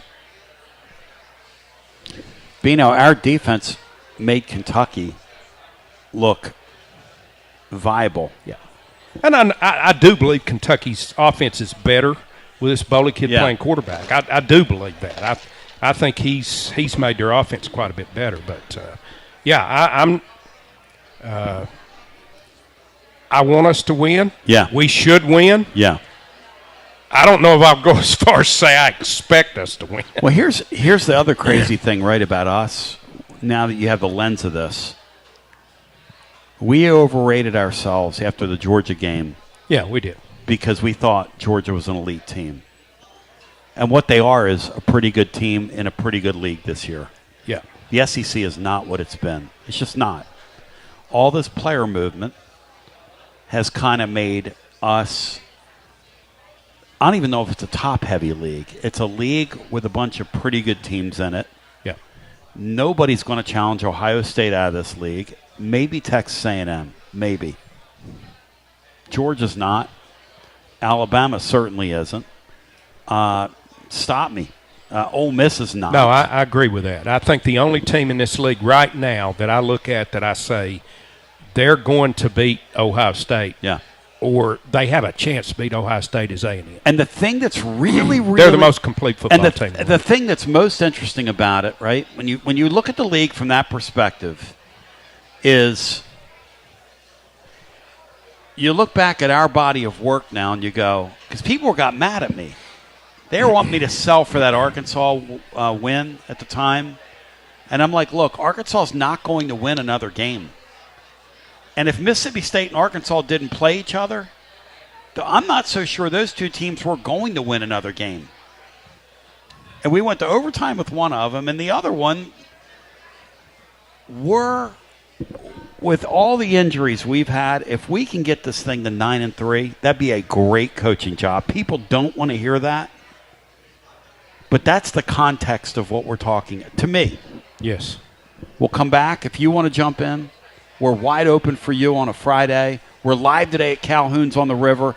It's such a great – are you telling me that in mid-November, Bino, we have a 70-degree day outside? It's beautiful. I mean, come on, man. What a beautiful spot we're in. Calhoun's on the River before, during, after the game tomorrow. And on your way during basketball season, remember. And also, as Cole was saying, we bring the doors down here, and it's heated in the wintertime. Just a magical place is what Calhoun's is. A magical place. As we continue with more on the other side after this. Guests appear on the TLD Logistics Hotline. Online at tldlogistics.com. Are you currently a residential electrician? Would you like more benefits, better pay, more upside? What about a $3,000 signing bonus? Free company-paid health insurance, annual profit share, company vehicle, gas card, much more. Call Advent Electric today. Advent, known for their large commercial jobs around town, and due to high demand, they're adding additional roles for their residential department. Maybe you know a friend, family member that's a residential electrician. Spread the word. Email hr@adventelectric.com. hr@adventelectric.com. 865-588-0631 and ask for the Tony B 3K signing bonus. Advent Electric is hiring. You got to dream about buying some land and building on that land? Well, Waterside Contracting is your ticket. 25 years of making dreams come true, Michael Scott. For hundreds in our area, custom homes or remodels, Waterside Contracting will build on your lot. They do incredible work all over the area. Structural integrity, quality without compromise. It's a way of life with Waterside Contract. Check out the wonderful work Waterside does. WatersideContractingLLC.com. When it's time for your dreams to come true. Quality without compromising. Waterside Contracting. College football fans, Chris Fowler here with the play call. This season, go for Dose with ice-cold refreshing Dos Equis. It's more than a single play. It's a mindset. Think of it as a 2-point conversion for real life. Taking the risk, making the bold move. Whenever we get the chance to go big, we take it. On the field and off, always go for Dos with Dos Equis. Enjoy Dos Equis responsibly. Copyright 2024 Dos Equis Lager Especial Beer. Imported by Cervezas Mexicanas, White Plains, New York.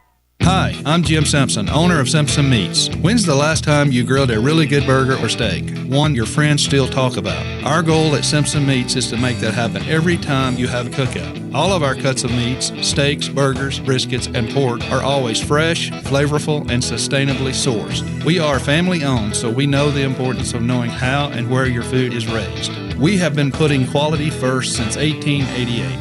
Visit our butcher shop off Lovell Road or online at simpsonmeats.com.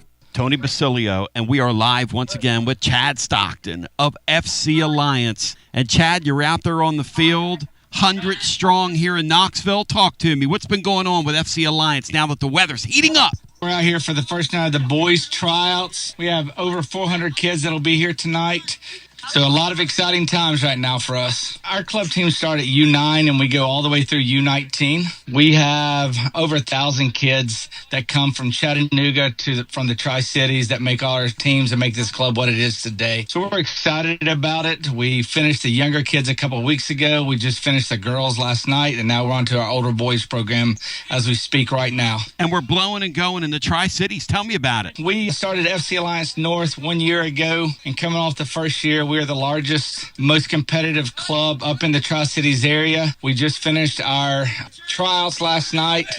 Looks like right now we will be well over 400 kids for the upcoming season. So great things happening up there. We've put our boys into some really good regional leagues. So we're excited about what the future holds for them and also our girls programs. If you want more information, check them out at fcallianceknox.org. That's fcallianceknox.org. Chad Stockton, keep growing the beautiful game here in East Tennessee. Absolutely. Thanks, Tony.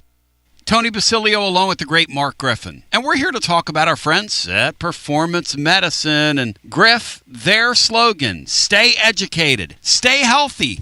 That's you. Wow. I really like to think that, Tony, and I'd like to give Dr. Rogers a lot of credit because I definitely want to stay educated and healthy, and knowing that he's putting the time and effort in to make sure of my care, I want to encourage your listeners to put the time to learn and become educated and get to know Dr. Rogers and see if it can help with your health as well. And there's a really, really easy way to do that. In fact, they've got their own YouTube channel. You can see Dr. Rogers for himself with his staff. It's called The Performance Medicine Show over at the Performance Medicine channel over on YouTube. Also, more information at performancemedicine.net. To our friends in North Knoxville, a brand new location over in Fountain City, now accepting patients. So many ways to reach Dr. Rogers. And like they say, stay educated, stay healthy. Performance Medicine, online, performancemedicine.net. Located in Knoxville's historic Old City, Barley's offers great food, live music, the best draft beer selection in town, and now your new favorite place to watch sports. Their indoor projector is perfect for any weather, and they've revamped their upstairs area with more TVs to take in all of the action. Their menu features hand-battered chicken tenders, juicy burgers, fresh salads, and the tastiest pizza in Knoxville. You can enjoy their happy hour drink specials daily from open until 6 p.m. Barley's Tap Room and Pizzeria. When it's past high noon, it's time for a vodka soda made with a vodka you've actually heard of. I'm talking White Claw vodka soda made with White Claw premium vodka. JB Smooth only drinks vodka soda made with the world's smoothest vodka. And you can too. Pick you up a bottle of the triple wave filtered vodka that's been distilled 5 times. White Claw premium vodka comes in 4 flavors: black cherry, mango, pineapple, and just vodka. You haven't had vodka like this. No one has. White Claw Premium Vodka. Please drink responsibly. The season of giving reminds us of what truly matters, community and connection. Hi there, Jennifer Morris here with Keller Williams Realty. As the year closes, I wanted to take a moment to sincerely thank you, my Basilio family clients. Thank you for trusting me with your most important decisions. Whether it was finding your first home or successfully closing a chapter, your trust means everything. I look forward to new and continued relationships through the new year, and feel free to reach out to me at 865-694-5904 or nextmovesmokymountains.com. That's nextmovesmokymountains.com, and of course, go Vols. TB back with you, 865-200-5402. Live today at Calhoun's on the river where we be. So blessed to be here. Derek Shipley just jumped up with us. Boy, his father, one of the all-time greats, man. One of the all-time greats. Back to the phones we go. Bino, this thing that is going on out here till 2 o'clock today with our friends at Crown Royal is a really, really cool thing. I want to invite people to come up that are here. Come up and fill out a bag for them and a nice message and a note. And just a wonderful thing. Let's go back to our phones, talking about tomorrow's game at New Mexico State. I want to remind you, we're live as soon as the game ends tomorrow. And then we're also live. I'll be on Monday night, Bino, doing Garza Law, Tennessee basketball overtime. We've got overlapping seasons now, Beanstar. Yeah, busy time for you, Tony. We play a Rice team, Bino, that's got one win on the year, Bino. Getting ready to bowl them. Biblical Studies is their one win on the year. Yeah, I saw that. Who knew? When Biblical Studies. Biblical Studies. Yeah, when Brian mentioned that, I was wondering how these SEC football teams miss scheduling them next weekend. Biblical Studies? You kidding me? It might be the greatest line ever. Let's get Rod in Clarksville in here, who's up next with us. Rod in Clarksville, welcome in. Tony B, what's going on? Hey, Rodrigo in beautiful Clarksville. What's going on, you know? Hello, Rod. How are you today? What a great place Clarksville is, yes. Rod. Pretty good. Guys, I just want to let you know, every time I hear this show, and I love when you and Bino are both on together, Tony, it tickles my spirit, because I don't know who y'all remind me of, but I got to tell you. Do you know who y'all remind me of when y'all are on the radio together? As my dad used to say, frick and frack. No. Y'all sound like and give me the feeling of watching Laurel and Hardy. Wow. That's a pretty big compliment. That's pretty strong. Because I don't know what I was thinking, who we remind. That's a frick and frack, though, would have been that's an old saying you don't hear anymore, do you, B? No, not much frick and frack going on these days. That's nice of you, Rod in Clarksville. Thank you. Yes, sir. And Tony, tomorrow about the game, I would hope, I wish this would happen. I know it won't, but it would be nice to see the third string and the fourth string come out and play the first and second quarter. Let the second and the first string come out and play the third and fourth. Then we'll really see what we got. What do y'all think? Kind of like a spring game, Bino. You put your ones on threes, and then your threes on the ones. Ones on threes, threes on ones. Ones on threes, threes on ones. You think about it. You take your second or third team, play it against their ones, and then when the game's over at halftime, you take your ones and put them in there and just really humiliate them. That reverse mop-up. Reverse mop-up. Yeah, reverse mop-up. But the thing of it is, I think the coaches, would get what they want to see. They want to see what the third and fourth string players can do. Why not put them out there in the first quarter, get all their jitters out, and let them show, to the coaches what they can actually do. And then come halftime, the coaches can analyze and talk to these players, that are third and fourth string about how they done. While head coach is still talking to the ones and twos to get ready. Let's go, Do you agree with me and Bino that, and we really appreciate the really, really, really appreciate the quarterback situation and how you want to be respectful to the guy that's Merklinger, the current number 2, but really McIntyre should play first tomorrow. Do you agree with us on that? Can you feel us on that, Rod in Clarksville? Do you feel this? I feel it.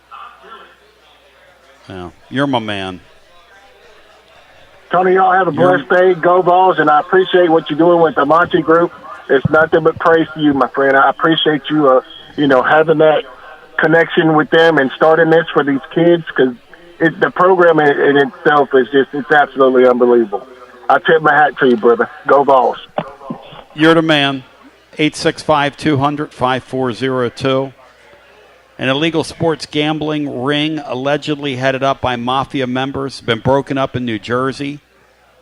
Bino, charges against 14 people in connection with the multi-million-dollar ring.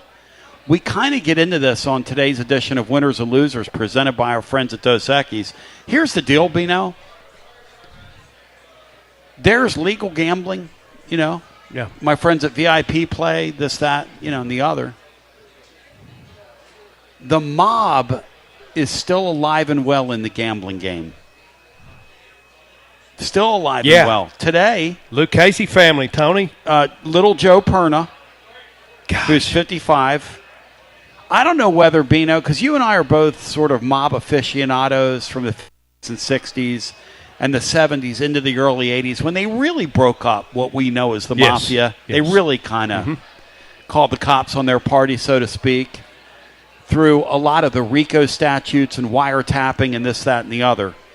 But this Perna guy is charged with racketeering, conspiracy, gambling offenses, and money laundering, along with his son, stepson's nephew, wife, and ex-wife. So Jeremy Pruitt relates to that. He even has, like, his wife involved in it.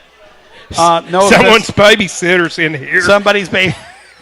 I mean, authorities say the group ran multiple electronic sports books across the Garden State. They were involved in electronic betting, Bino. How do they get a foothold in that? Here's a quote from one of the investigators. Yeah. Organized crime families seem to have a hard time breaking this old habit, Platkin told reporters at a press conference Thursday, so we're going to break it for them. Let's get Mark in here, who's up next with us. Mark, welcome in. And Brian says not in the lumbo. So, Mark, not in the lumbo. Hello and welcome in. This is Mark in the K-Town. Absolutely not in the lumbo, for sure. Hey, all right, Mark. Thank you. Great to talk to you. Hey, quick direction. Just want your opinion on something. And I hate to look back over our shoulder at Oklahoma one more time, but want to ask you about this. We don't know how the game would have ended differently, but a lot of us have surmised that the scoop and score completely changed the complexion of that game. If we go down there and go up 14, it sure looks like we're headed to a big victory. And with that said, I know the quarterback's responsible for ball security, but I just wonder how much NIL played in a freshman, even though he's a five-star, having to be in that ball game, protecting him and whiffing against a veteran player that got that sack started. It's another aspect of NIL that not only do we have to get those guys here, but I'm wondering if the coaching staff didn't feel pressure that a freshman offensive lineman needed to be in that game versus a veteran that didn't have as many stars but had a whole lot more experience. What do you think? Mark, it's a very reasonable thought. I hadn't even thought about it all week, man, what you just said. It's really thought-provoking. It's never even crossed my mind. There's no question that goes on. Is that the case here? Yep. I don't know, but there is no question, Mark, that that's going on. When I'm paying you, Mark, north of $1 million, and you are as inexperienced as that kid is, but I've got to get you out there, and I've got to justify my expenditure. I don't know if that's the case there, but let's put it this way. They accommodated him, and he's going to be a great player. Yes.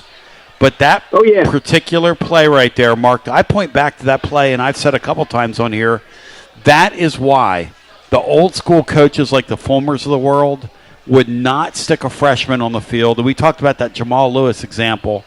And one of the things Jamal Lewis said about Fulmer at the time, and we laughed at it and still laugh at it, was he didn't know the blocking schemes. And we laughed at that. But when you watch something like that happen, you don't laugh at that because all it takes is one play where you don't know the blocking scheme. And I mean to tell you, that Thomas guy picked that ball up and ran with that thing like he was like somebody was mad at him. That was it's a great point, Mark. I hadn't considered it. Bino, have you even considered that? No, I haven't thought 1 second about it, but he's exactly right. Yeah, I don't doubt that plays into it. Well, frankly, we watch the quarterbacks and the skill players, rightfully so, but the argument could be made that, an offensive lineman jumping against Georgia iced our own kicker. So, we got to make sure that we get that line play properly. And I'm one of those kind of guys, again, we're not going to have a lot of experienced players anymore that have 5 stars. It just, bottom line is they got 5 stars. If we get them for 2 years, we're pretty fortunate. So it's NIL's just doing things different, and we're going to have to go along for the trip whether we like it or not. Enjoying the show, brothers. Here's the thing. I appreciate the conundrum that these coaches are in, because there's an expectation. When you have a 5-star guy, there's an expectation anyway. When you have a 5-star guy you're paying all that money to, the expectation really gets ratcheted up. People use the term GM.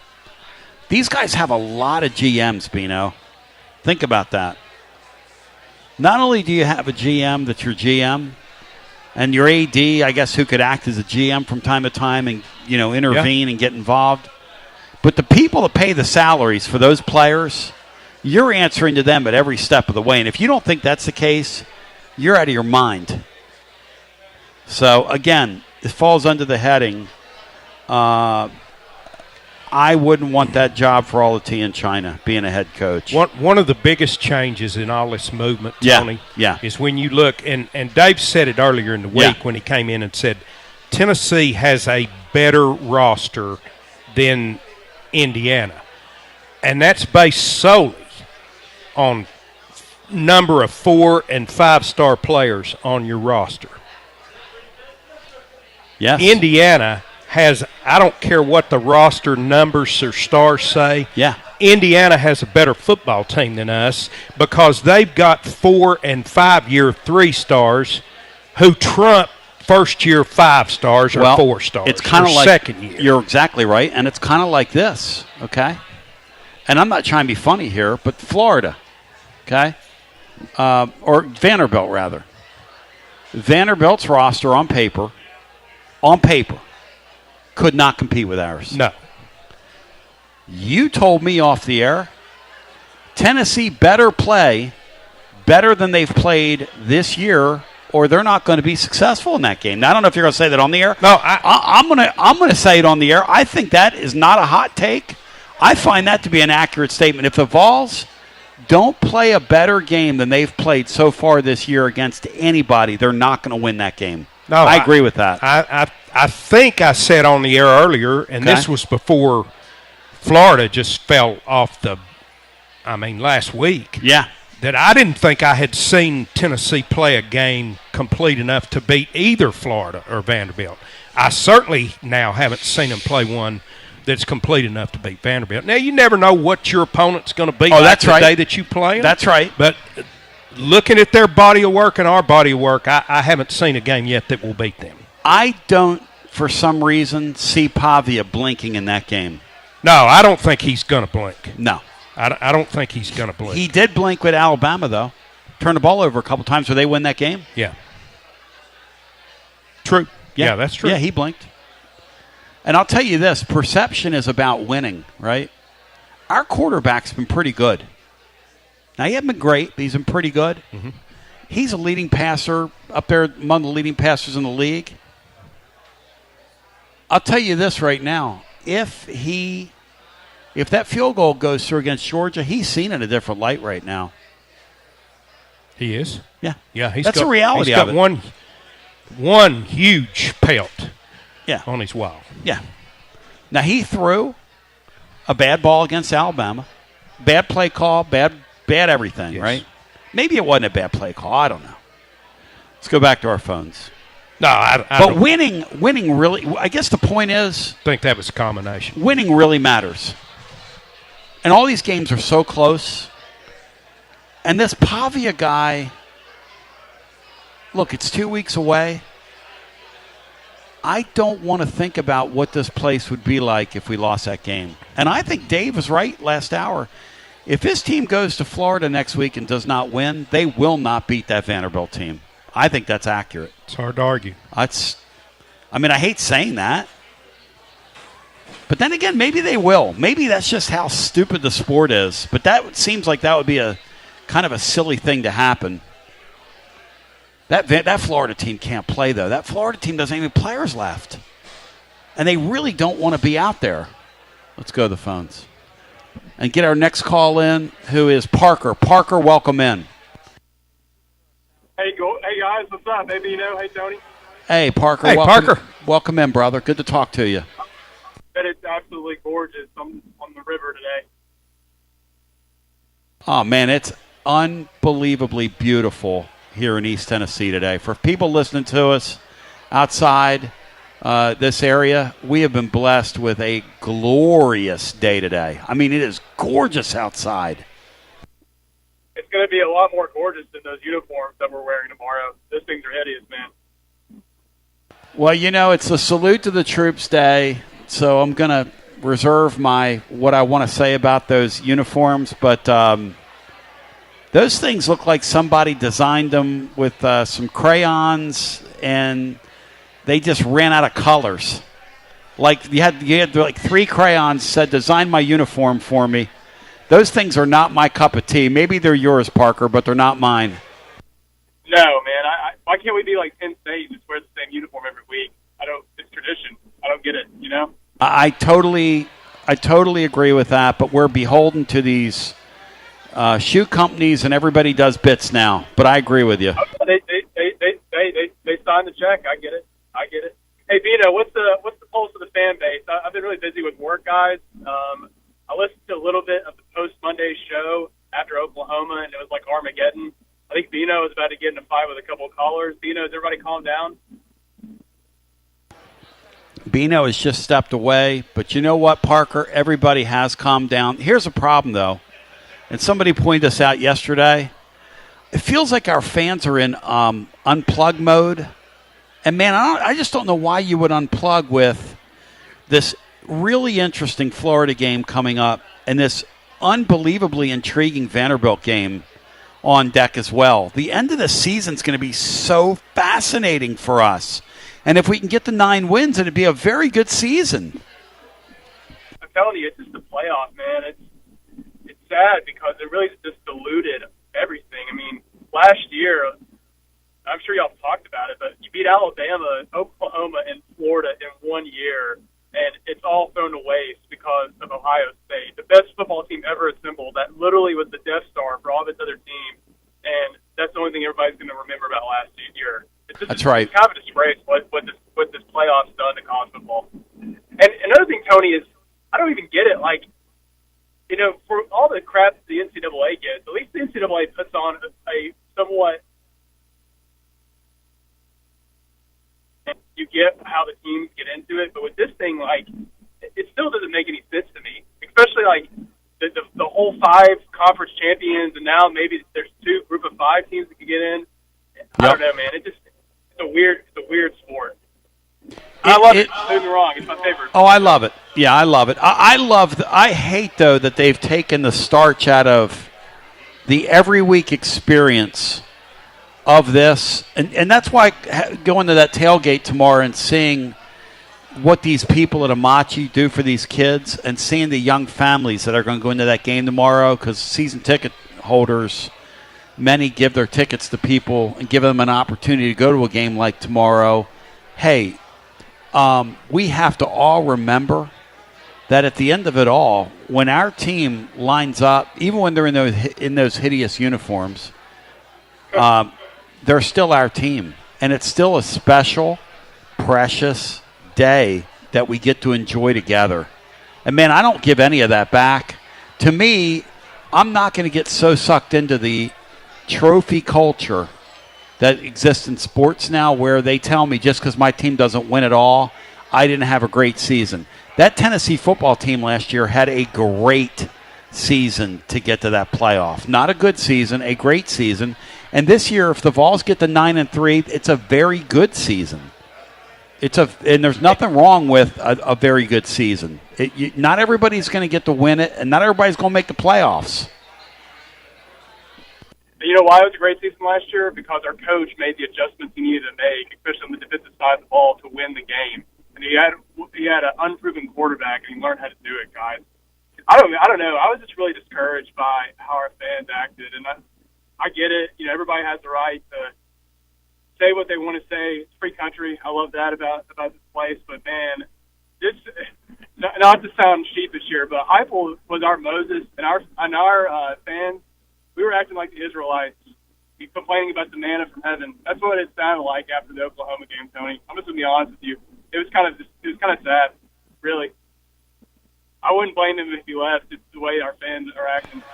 Well, that's the thing. Look, it's like, and Bino and I were talking about this, and I don't.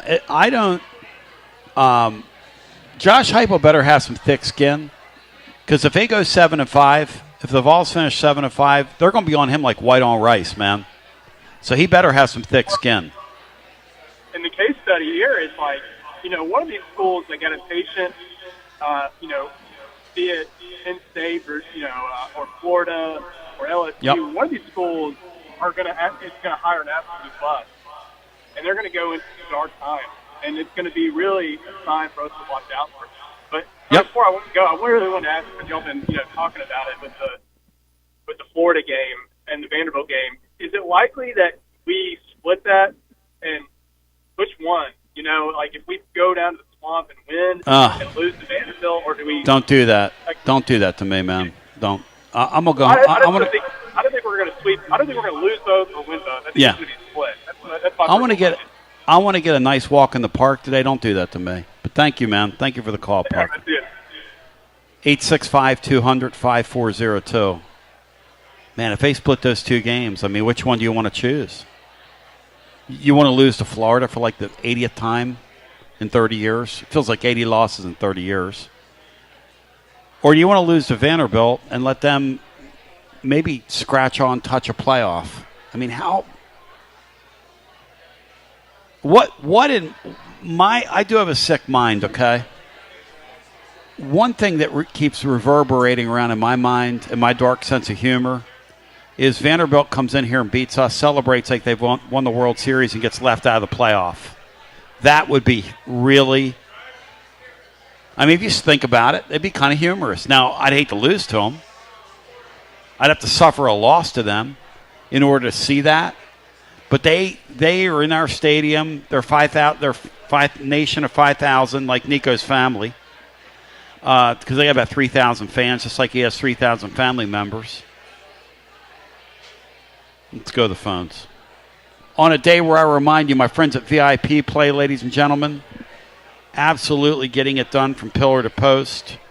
Remember, 200 leagues, live always over at VIP Play. I will have a pick 3 for you, a 3-pack pick out of the SEC.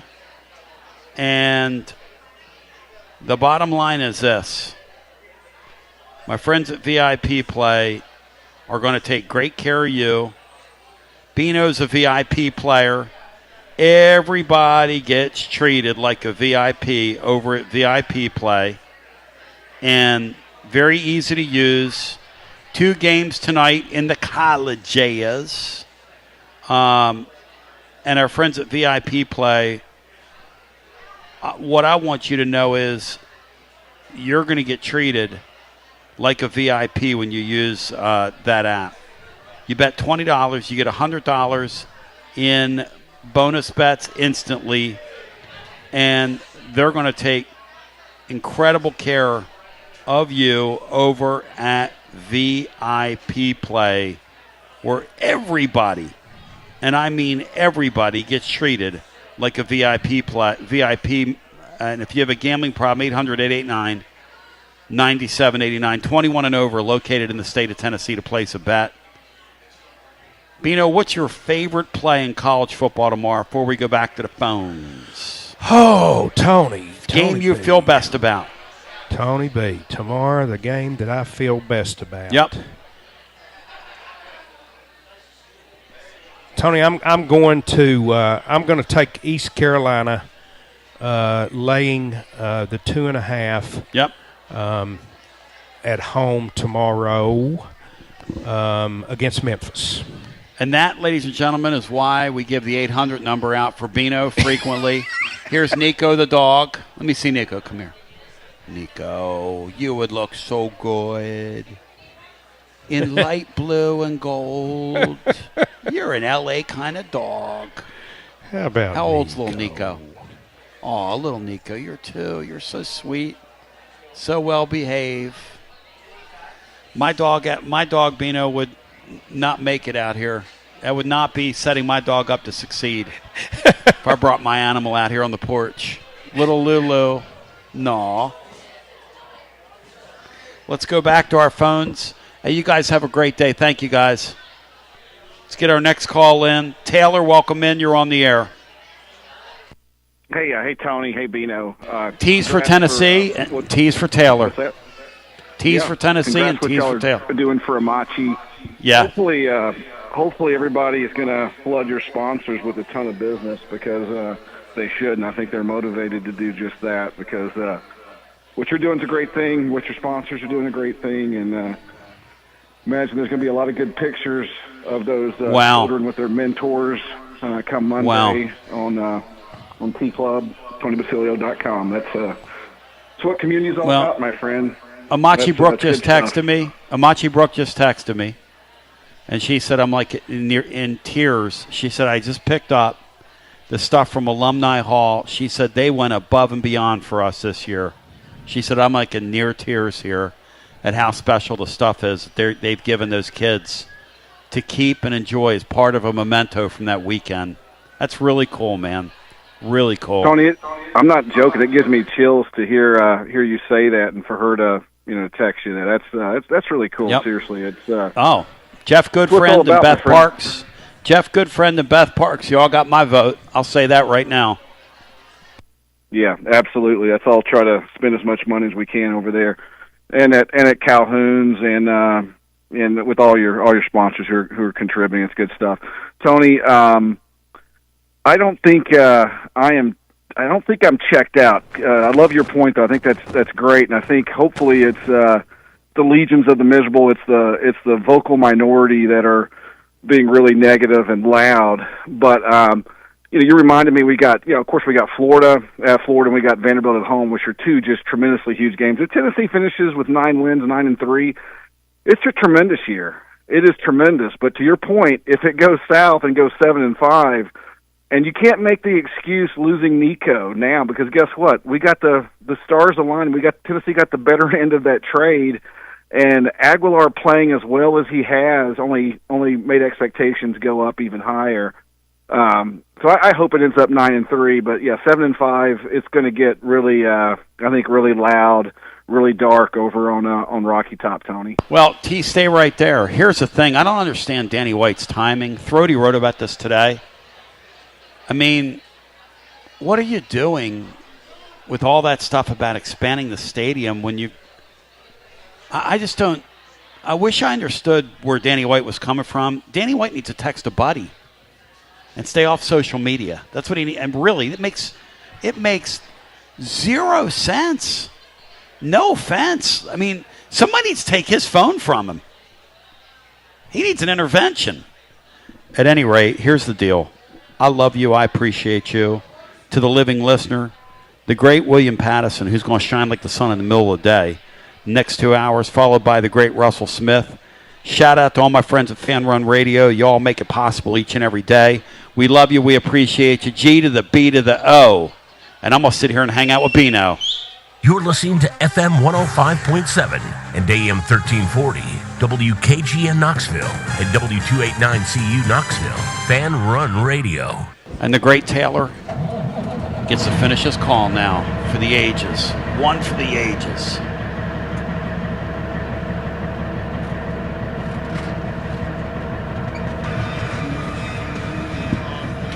It's TLD Logistics Overdrive, Overtime, presented by TLD Logistics.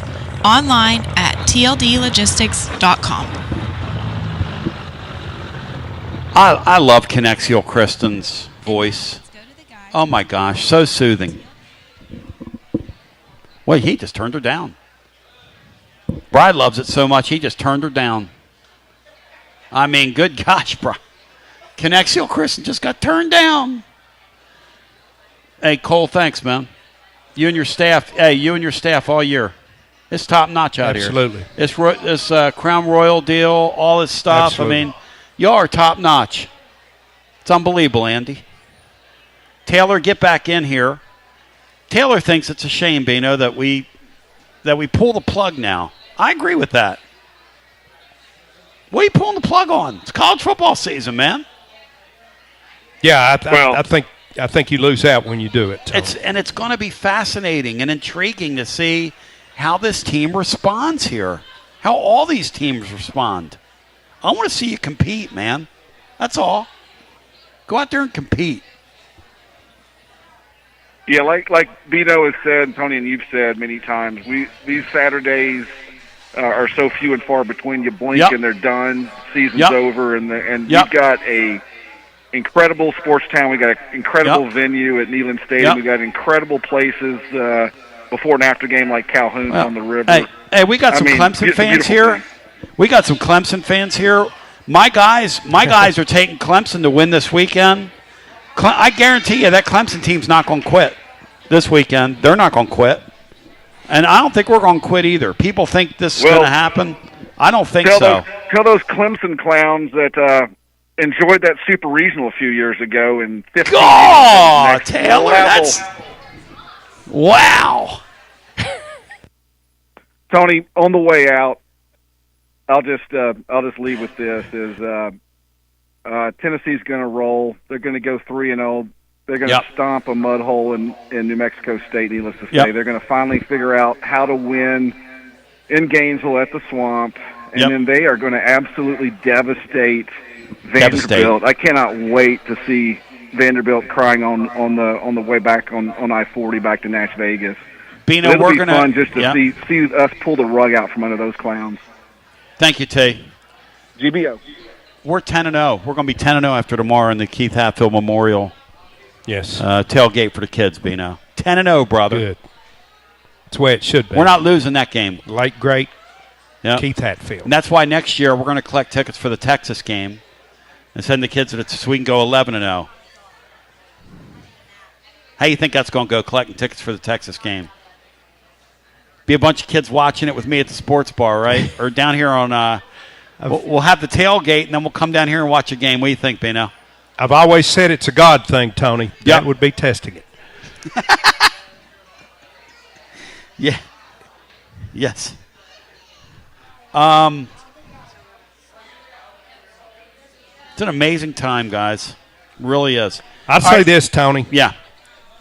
If we win tomorrow, which we will. Yep. We go down to Florida and win. Yep.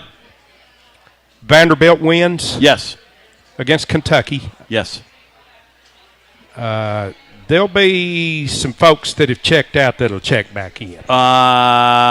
You better believe that's the case. Now, how about the other scenario? Hey, y'all have a great day. Sorry you had to sit under the speaker here. Sorry about that. Yeah, sorry.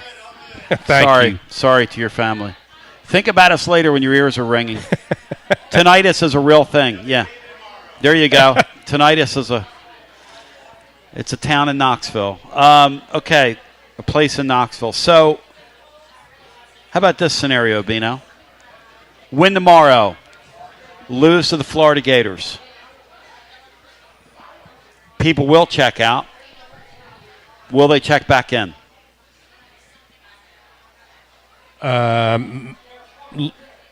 Lose to Florida, and there won't be many check back in. Isn't that wild? Yeah. I just don't relate to it. But I grew up an Eagle fan where I'll never forget as a kid, one year we went 7-7 in 1974. I was a young kid. My brothers were literally like in the kitchen pouring a beer out for the team. because in a 14-game season, and you can look it up, 1974 they finished 7-7. And they were so thrilled because 2 years earlier they played the Rams on Monday Night Football, and they unfurled a dog bone from the top of the 700 level, and somebody had a log banner that said, "Home of the Beagles." I mean, so, but the more that the college game becomes like the NFL, yes, the more people you're going to have checking out early. Oh, I think that's, yeah. The difference between the college game and the NFL game, though, to me, that I like, is you get free agency every year. So it's totally idiotic, the way it's designed.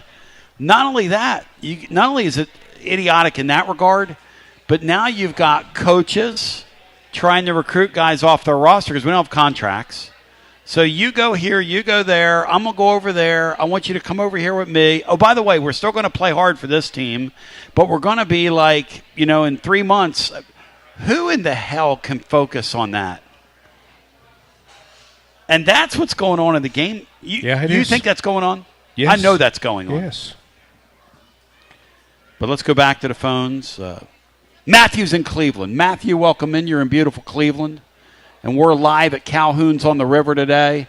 Special shout-out to my friends at Crown Royal. You can still come and stuff one of these bags for the troops. It's a wonderful, great thing till 2 o'clock Eastern Time. This is a really great thing that they're doing. Hello, Matthew. Hey, Tony. How's it going? Hey, great to talk to you. You said something earlier about sharing your first time at a Please. UT game. Please do. I'm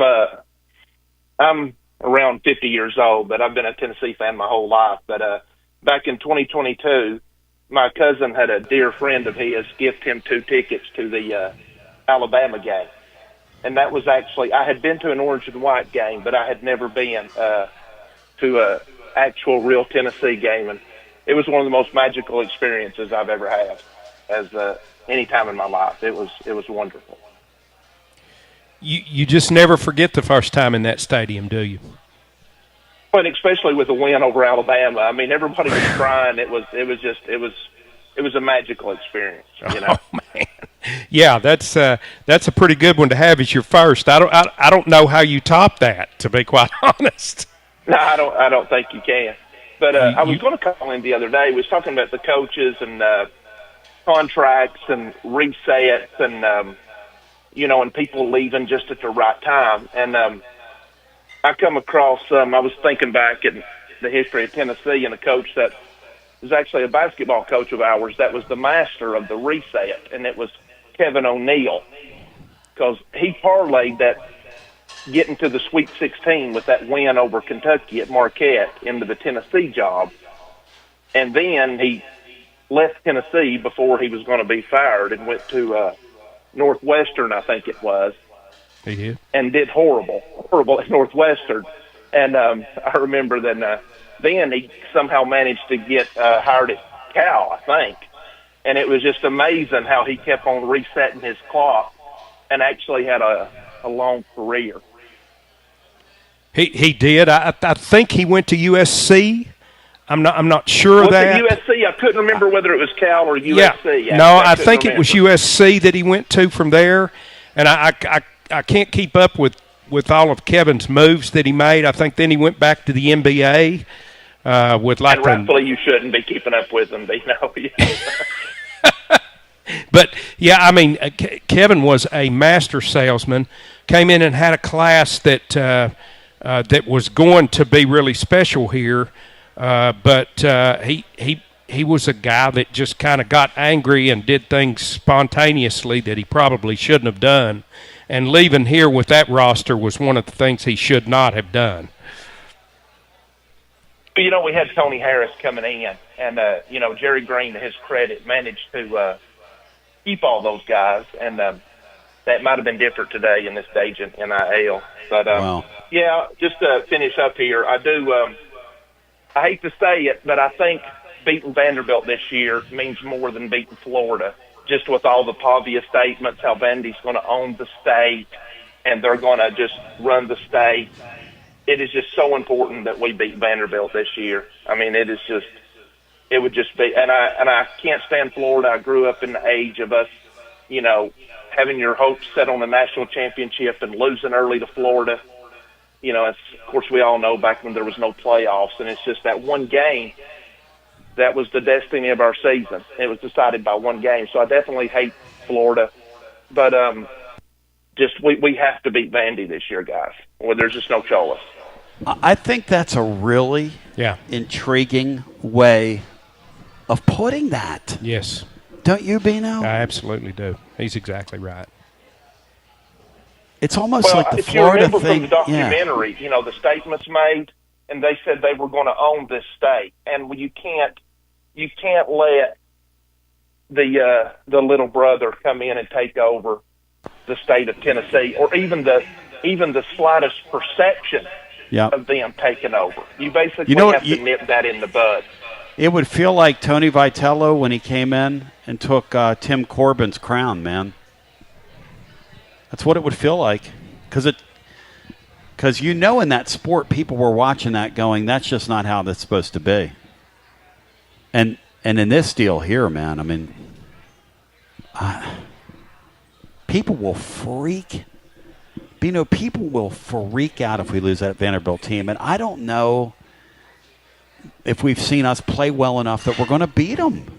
I don't know how many times I've come on here and lamented the fact that the one thing that I'd been deprived of as a Tennessee fan was an in-state rivalry. That's right. Now I'm thinking, what a stupid thought that was. Well, it's like that old saying, be careful what you wish for, right? Because this is one of our 3 full-time teams that we thought was a blessing. That's right. And it should be, technically. It will be. It will be going forward, yeah. Going forward, Tennessee's going to wear them out like your favorite pillow. However, that's not what we're talking about. Because really, you should never lose to them. As in, the only time you should lose to them is when Fulmer's getting ready to get fired, or you have a coach that's getting ready to get fired, or you have a boob head coach like Butch Jones. Other than that, you should not lose to them. Yeah, it should be a once every 15-year type thing, probably. That's right. That's what it should be. That's right. But I appreciate you, Matthew. Please call again. You had an excellent phone call. Okay, great thanks, Tony. Y'all have a great day, and hope everything goes great tomorrow with the Amachi group. It's an amazing thing, and it always warms my heart every time I hear y'all talking about it. And have a great day tomorrow. Thank you. Thank you. Because I struggle with it. I struggle with it because we talk about it so much on the air, and I wonder if people are just like, man, just have the tailgate, get it over with. You know what I mean, Bino? It's a wonderful thing, beautiful thing. Tony, we better do the Goof On Mover of the week before it packs up and moves out of my mind. The Goof On Moving and Storage Mover of the week. Special shout out Tom Guffon. Mike Hugan sends his regards today. Hugie, who's been like Stone Cold Steve Austin all year. C said he likes to check in on Hugie just so he can fade him. I don't think Hugie would appreciate that too much, Bino. Do you? I do not. But I think he would laugh at it, nonetheless. But presented by our friends at Guffon Moving and Storage. When it's time for your next move, look, you don't want to call just anybody. They've been at it since 1887. The moving legend. 138 years going on 139 years. Living Vol fan. 5 generations. That's longer than Dooley, Jones, Pruitt combined. Guffon Moving and Storage. They'll do interstate moves as well. They are your corporate mover. Here's the other thing they do. Besides all that good stuff, Taylor wants me to remind you he's the 5th generation. Secure vaulted storage, newest offering, commercial storage logistics, receiving, storage, and even delivery services for all your business logistic needs. Guffon Moving and Storage. To the folks that just got here, we've got our friends at Crown Royal are here. If you want to pack a bag, you put 7 items in it, and you can send a nice little note. This is for the troops. We're doing this. We're going to send these all over the world to our troops and those that serve our great country. So please do that. I've seen some families over here doing that. It's a beautiful thing. Let's go back to our phones. Tony. Yes. I need to give the mover of the week.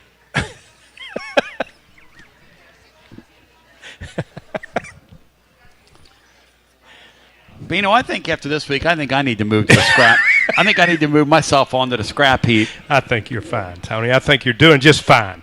Tony, the Goof On Moving and Storage Mover of the Week is the BYU Cougars, who got on the wrong train, got off the train, stood on the track, and got run over by Texas Tech.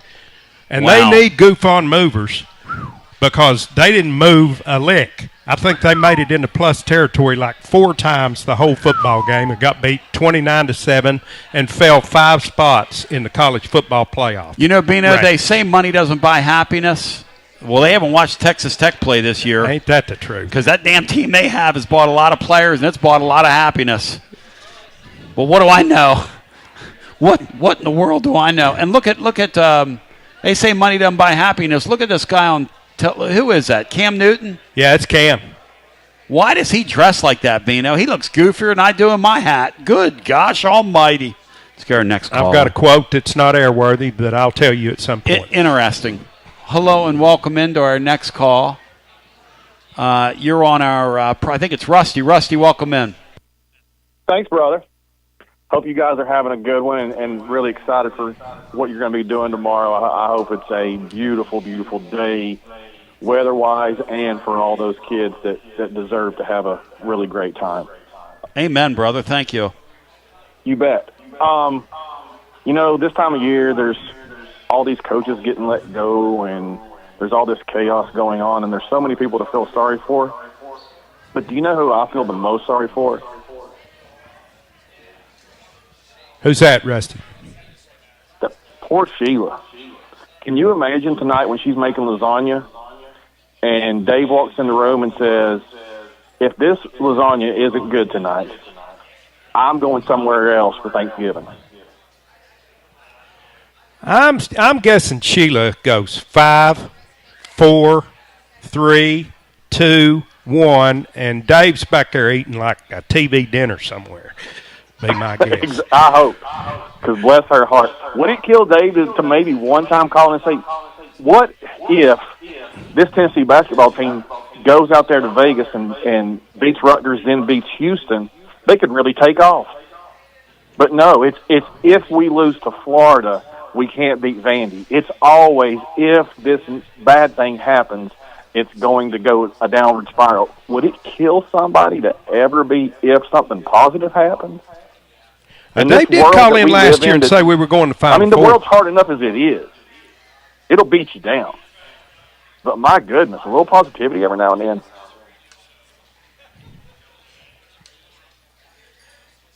Is that too much to ask? I don't ask Dave to be me. He doesn't ask me to be him. So I don't know, Rusty. No. Hey, the playoffs kind of, some people thinking it's ruining the sport or whatever, right? I heard somebody mention that earlier. And I do think it has taken the immediacy away from some games. But there's also the side of it that more eyes will be on Vandy, Tennessee than ever before, because it's going to have ramifications for Vandy very likely. Yeah, that's true. More eyes are going to be on every game BYU plays from here on out, every game Utah plays from here on out, every game that Virginia plays from here on out, every game that Georgia Tech plays from here on out. And for the most part, like, nobody would be caring about those games whatsoever if we go back to, like, 2007. No, that's absolutely true, Rusty. Yeah, I mean, there's good and bad. But there may be more good this way. I don't know. And lastly, do you want to hear what we as Tennessee fans that might be holding out some sliver of hope should be rooting for this weekend in college football. Do you want to hear the list of what the Tennessee fan needs to be rooting for? Yes. Uh-oh, Hey, we got the practice flyover. Flyover, wow. Practice flyover. Wow. What was it? B1, B-52, F-16s. What was it? As an ex-Air Force guy, there's nothing better. We're F-35s, I heard. Okay. Those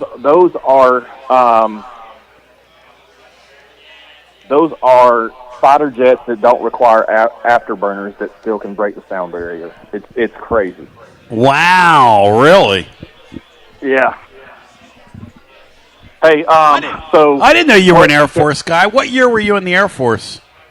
94 to 2000. Oh, that's cool, man. Yeah, wow. Thank you. Bino's Bino's brother's an Air Force 2-star general, right, Beanstar? Yeah, that's what he retired at. Mm-hmm. I was third generation. My pops was Air Force, and then my grandfather was Army Air Corps, which was the precursor to the Air Force. That's fantastic. And brother-in-law, uncle, it's an Air Force family for sure. God bless you. Hey, so what we need, if you're a Tennessee fan, what you should be rooting for this weekend. Tony, you ready for this? Have it. Bama over Oklahoma, Georgia over Texas, TCU over BYU, Baylor over Utah, Duke over Virginia, USC over Iowa, and Pitt over Notre Dame would be a little bonus. So there's 7 games besides ours that we really should be watching and caring about. If you're anybody, if you're Vanderbilt, those are the games you care about too. If you're if you're one of those ACC schools not named that's on the cusp, that's what that's where your rooting interest would be. Bama, Oklahoma, Georgia, Texas, need those 2 wins. TCU beating BYU be great. Baylor beating Utah be great. USC, Iowa, Duke over Virginia, and of course, as always, we're pulling for Notre Dame to lose, even if they're playing Al Qaeda. It's really interesting, man. Like what he said is right. That there are a lot more games now in play. The other thing that's interesting about the sport is that you have former players on every roster now. And I think every game he mentioned, with the exception of 2, you're pulling for the favorite. So it's not like it's going to take. You need favorites to win, right? Yeah, you need chalk. You basically need chalk. Mm-hmm. TCU's the only other than Pitt, which you threw in there as a bonus. TCU's the only dog in there. That's right. Baylor over Utah. That one's I think that one's a 1.5 to Utah. So that's another one, but it's close. Oh yeah, that's right. That's right. Mm-hmm. Yeah. Hey, and then the person that brought up the David Sanders thing, he brought up a great point. That's inserting Sanders that late in the season when he had missed all those mental reps against Syracuse and then the Cupcake Week 2. Maybe being forced to insert him when we had a pretty good O-line rolling with Perry at right tackle, all that. Yeah. I know Sanders is an elite talent, but maybe having to force him in that late in the season when we were in the meat of the schedule may have been the wrong move, I wonder. And I'd like to hear you guys' opinion on that, but I'll let you go. Thank you again for what you're doing tomorrow. We need more people in this world doing this kind of stuff. Thank you, brother. I hadn't even considered the Sanders thing, the ramifications of playing him, and the fact that, and as the fellow articulated it to us, if the guy isn't a high-priced 5-star kid, is he out there? And I think the answer to that is no. Yeah, and I think and I'm not going to say you lost the Oklahoma game because of him. That's a shallow and irresponsible thing. I will tell you this. If he blocks the proper assignment there and you go down and kick a field goal, the game's over. So I'm not going to say he lost the game because that's an irresponsible thing to say, and that'd be hot-taking. However, If you get a 2-score lead on that team in that game, in that stadium, on that day, you were in there. You're not losing that game, Bino, are you? No, I don't think so, Tony. I think Tennessee was probably going down to had they scored a touchdown, I don't think that Oklahoma would have ever caught back up. Ever. Kick a field goal, maybe, but that was obviously the key play of the game.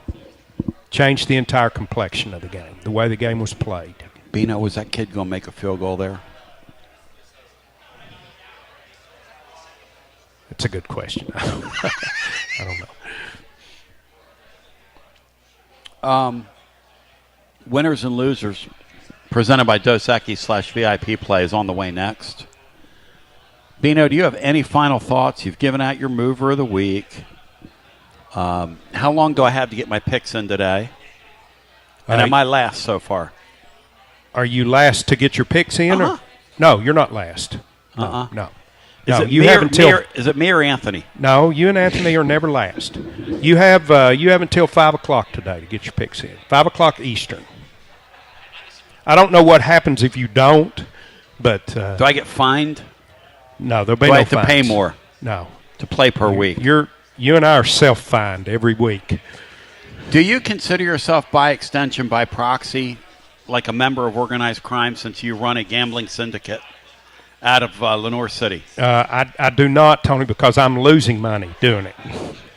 So, no, I do not. Bino's not. I'm a member of disorganized crime. Bino's not skimming, I guess is what he's trying to say. It's been a lot of fun, man. Yes, it has, Tony. It's another special day out here. Thanks to all the folks at Calhoun's, everybody that came out. And thank you, Amachi. And thank you, Tony. Bino, I've lost my napkin. I'm getting ready to use my here you go. I'm getting ready. I'm getting ready to use my shirt to wipe my face, which isn't really cool. But hey, you've been great today, man. It's been fun. Yes, it has. Look how beautiful it is. Oh, it's just a gorgeous day. I mean, it's just hang around and wait, right? East Tennessee, snow on Monday. Spring's back on. It did snow on Monday. No wonder I feel like this. Snow. I thought, what in the world? No wonder I feel like a basket case. Winners and losers, presented by our friends at Dos Equis /VIP Play, is on the way next. Bino, Jeff Henderson, thank you. Brian Hartman, thank you. Laura, thank you. Back at Studio Control. Great day. And by the way, we're at W8 tomorrow is our tailgate spot. And if you would like to come visit us, please do. We'd love to see you. Till we meet again, for all those behind the scenes, I'm TB, he's Bino. Have a great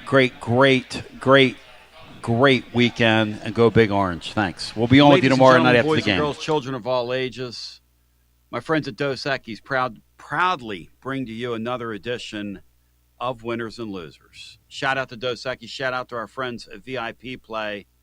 And the VIP player himself, the Playbook's own, William Pattison, joining. William, you are the lone stranger here. Now, I must say, at the end of the year, a couple times, in the past couple years of doing this show, we've done single entity, owner-operator type deals. This is the kind of thing that happens when the season gets long in the tooth. My gambling buddies get kicked in the teeth a time or two. You were telling me you had that happen to you last weekend. You played a team on your no-fly zone, and you paid the price once again. Tell on yourself here as I welcome you back.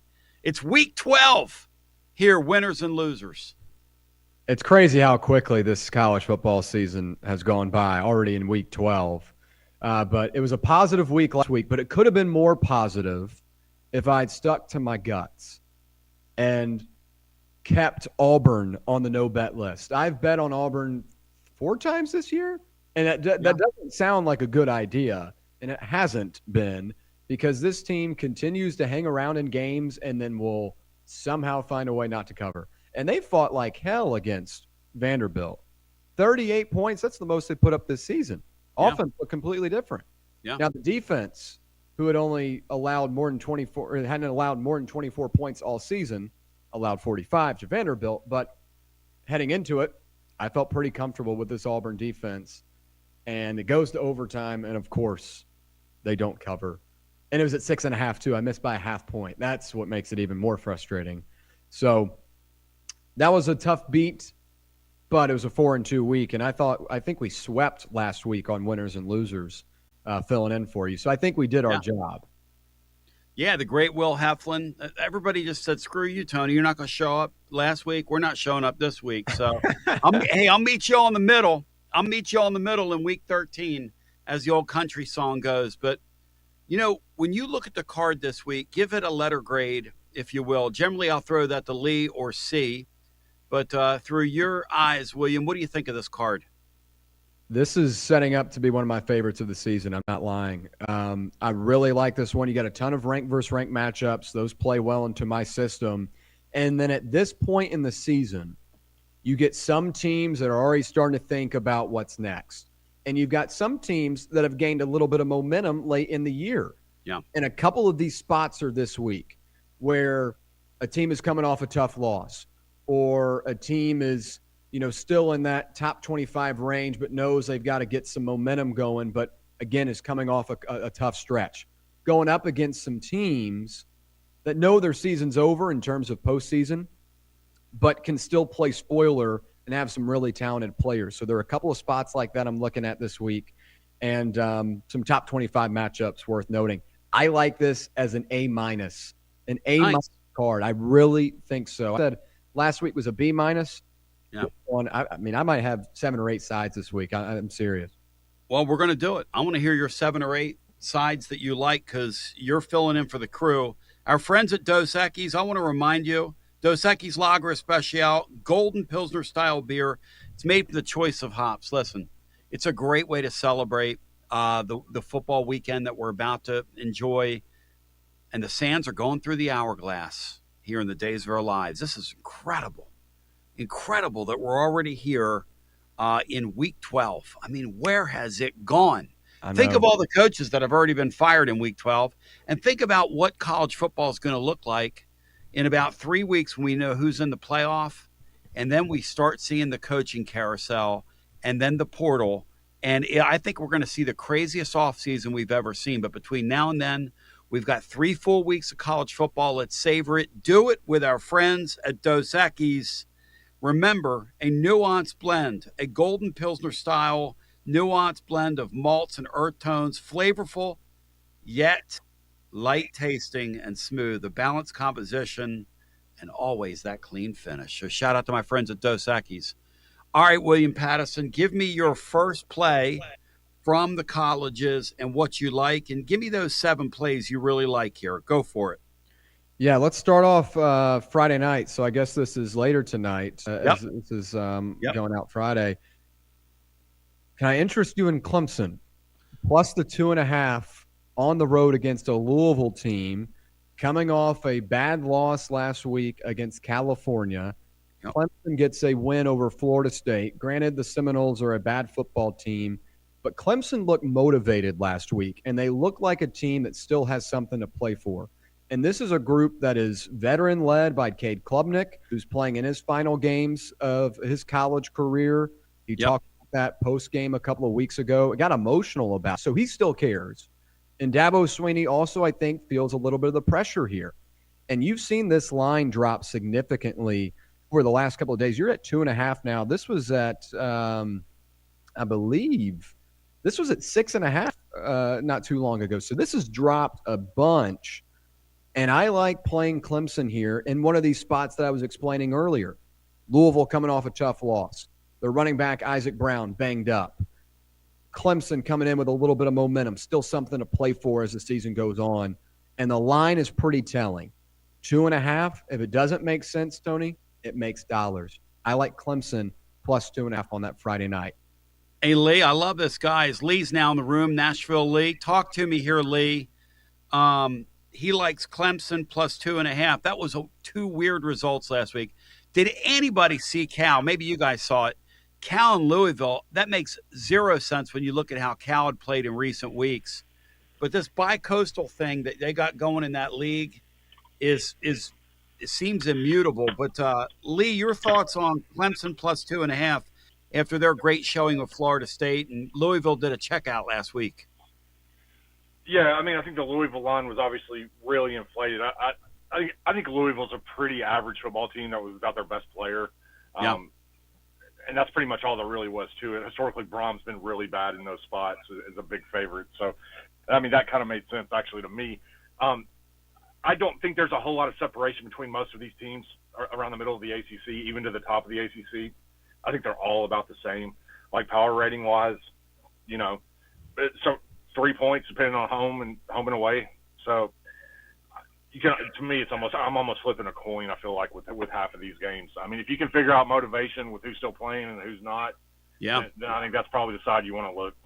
Well, an interesting aside to that, we had Bobby Wilder on our program yesterday, and Bobby Wilder, who's coaching at Tennessee Tech, they're getting ready to play Kentucky, and he decried it and said it's stupid and I hate that we're doing it. He said, but I will tell you this: watching the film from last week, Kentucky does not have the athletes that Florida does. He said it's not even close. He said, in fact, if you watch those two teams line up, you would think somebody's getting ready to get beat by 3 scores. He said, but Florida flat out checked out. They flat out quit. They flat out were not playing. They flat out were not interested in playing. And one thing I wonder, guys, at the end of the year, are teams like Florida going to check out and check in, or are they going to stay checked out? And I don't know, as people like yourselves that are looking for edges, and everybody likes that information, I don't know if we're going to be able to deduce from week to week. Will, once you're checked out, are you always checked out, or can you check back in? What do you think? Well, I think that, you have to look at just kind of the leaders in the locker room. And when you look at a team like Florida, you bench your quarterback. Obviously, he wasn't playing well, but he was one of the leaders of that team. And defensively, you've lost a ton of guys. Eugene Wilson, the third, out for the season now with his third straight season-ending injury, a brutal stretch of his career. But I feel like Florida's checked out. All those guys in the room know they're going to enter the portal or if they're going to stay. And, I mean, that's a group that's just not together right now. Maybe they get up for Tennessee in the swamp next week. And we'll see what kind of chaos goes down in the Comedy Bowl between Florida State and Florida here in 2 weeks. But that's a group that looks checked out. Again, on the other side of that coin, and a big reason why I look at Clemson is this is a veteran team with a leader that isn't checked out and with a coach that isn't checked out and a group that I feel like has just had some bad rhythm stretches throughout the season. And now they're starting to play better football. I know it's Florida State, but they've been competitive in a lot of these games, and that's why I like them in this spot on a Friday night, too, with a Louisville team coming back from the other side of the country. And again, that bi-coastal thing has not been kind to these people. Go ahead, Lee, jump in. Yeah, this is really, to me, this is pretty simple. I did this last week with Florida and Kentucky. You knew after 2 drives in that game that Florida was checked out. They couldn't set the live lines remotely close enough in that game. I kept hammering it all night long on Kentucky. It was very clear from after the second possession. This week when Florida plays Ole Miss, don't do anything pre-flop. Watch, see what Florida looks like after a couple of drives. If it's clear that they're checked out again, they can't set the live number high enough on Ole Miss. I'm also being told, guys, that Florida is getting ready to make it's going to be a story this weekend, a huge offer to Lane Kiffin. It's going to be a sidebar in that game as well. And who knows what Kiffin does. The way they've got this schedule aligned and this calendar aligned, again, I'm back to this. In a gambling market where folks like y'all and people that are watching or listening to us are looking for edges, one of the things you have to consider at this time of the year, these late season games are almost like bowl games because you've got guys now. Jerry Glanville used to say that when he was with the Falcons, they called it I-75 eyes. He said guys were in your practice, but they were already on to their next stop.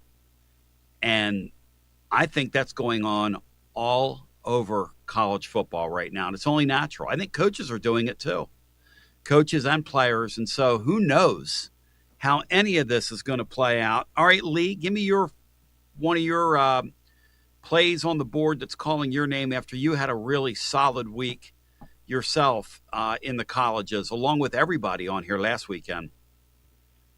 Yeah. So, since you just brought it up, and you had Wilder on your show today, I bet Tennessee Tech early this week at plus 22.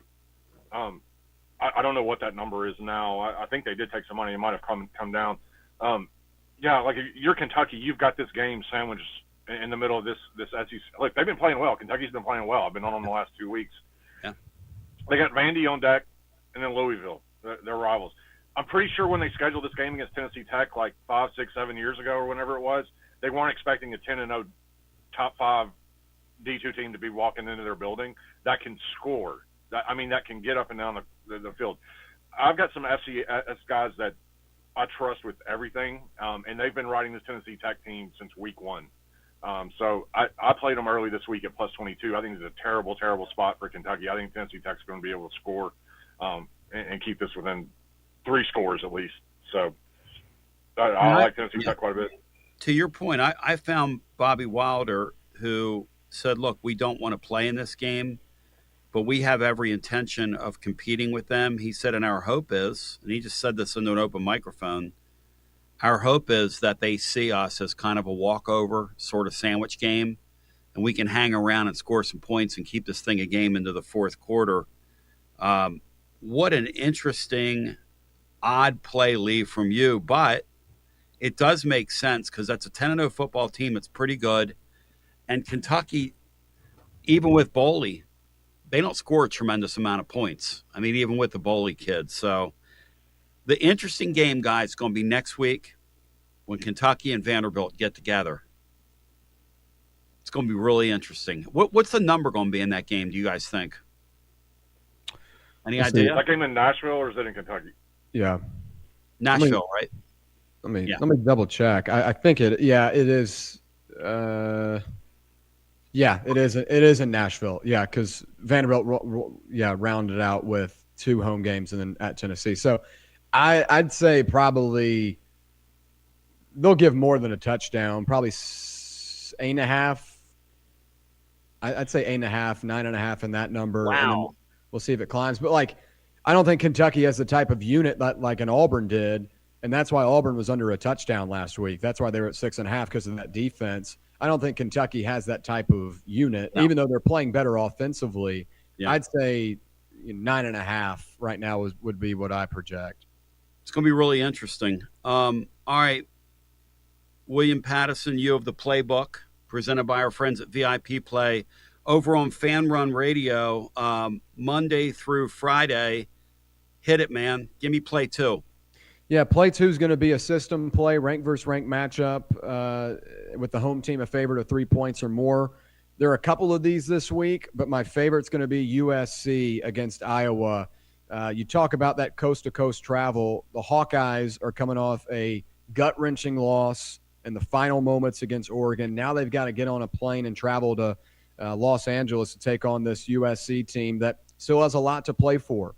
And the type of differentiating offenses and approaches to the game here, I think, is what favors the Trojans by more than a touchdown, or right at a touchdown. But I would be comfortable playing them up to about 7.5, because I think this is a group that is just going to overwhelm them offensively. Jane Mayava has been really impressive this season.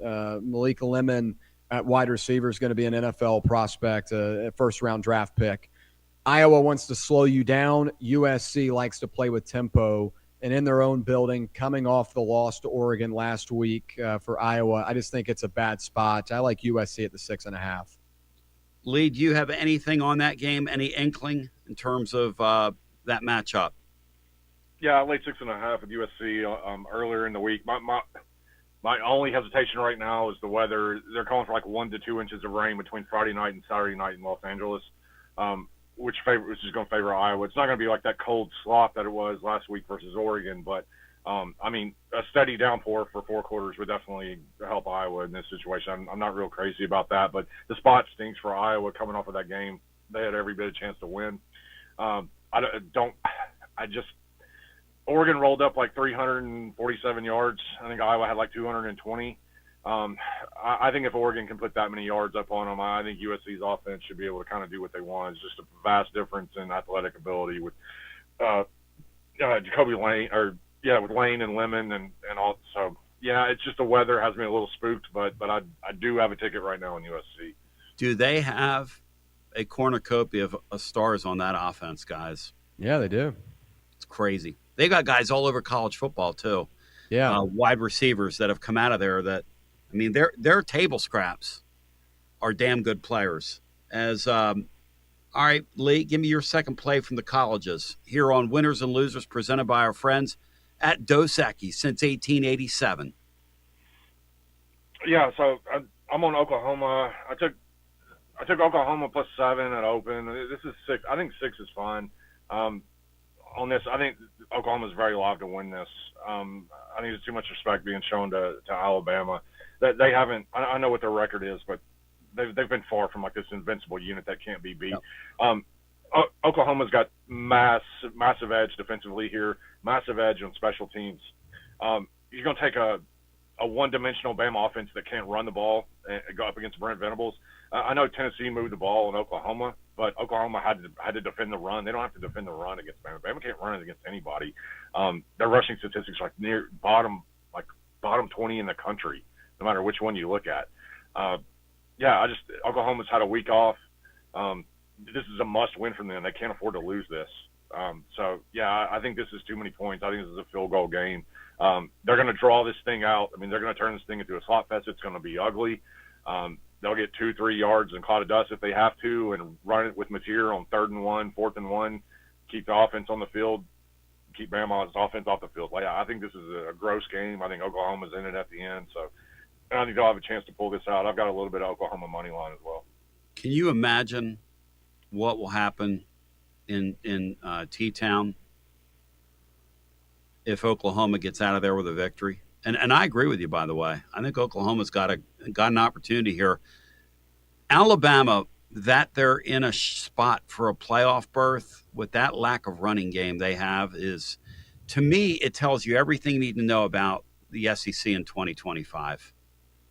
It's just a collection of pretty good teams. That's what this league is, William. I think so too. I think it's a bunch of average teams. I think A&M is clearly the team at the top of this league. Yes, I've been saying it for months. A&M is really good. I think they're the one team that can stay on the field with A&M and Indiana or Ohio State, Indiana. Yeah. The rest of these teams, I don't think are up to par. Like I said, I respect what Alabama's done. They found ways to win games playing ball control with the passing game, but I don't think you can do that against Oklahoma, not against this defense. I really like this spot for Oklahoma.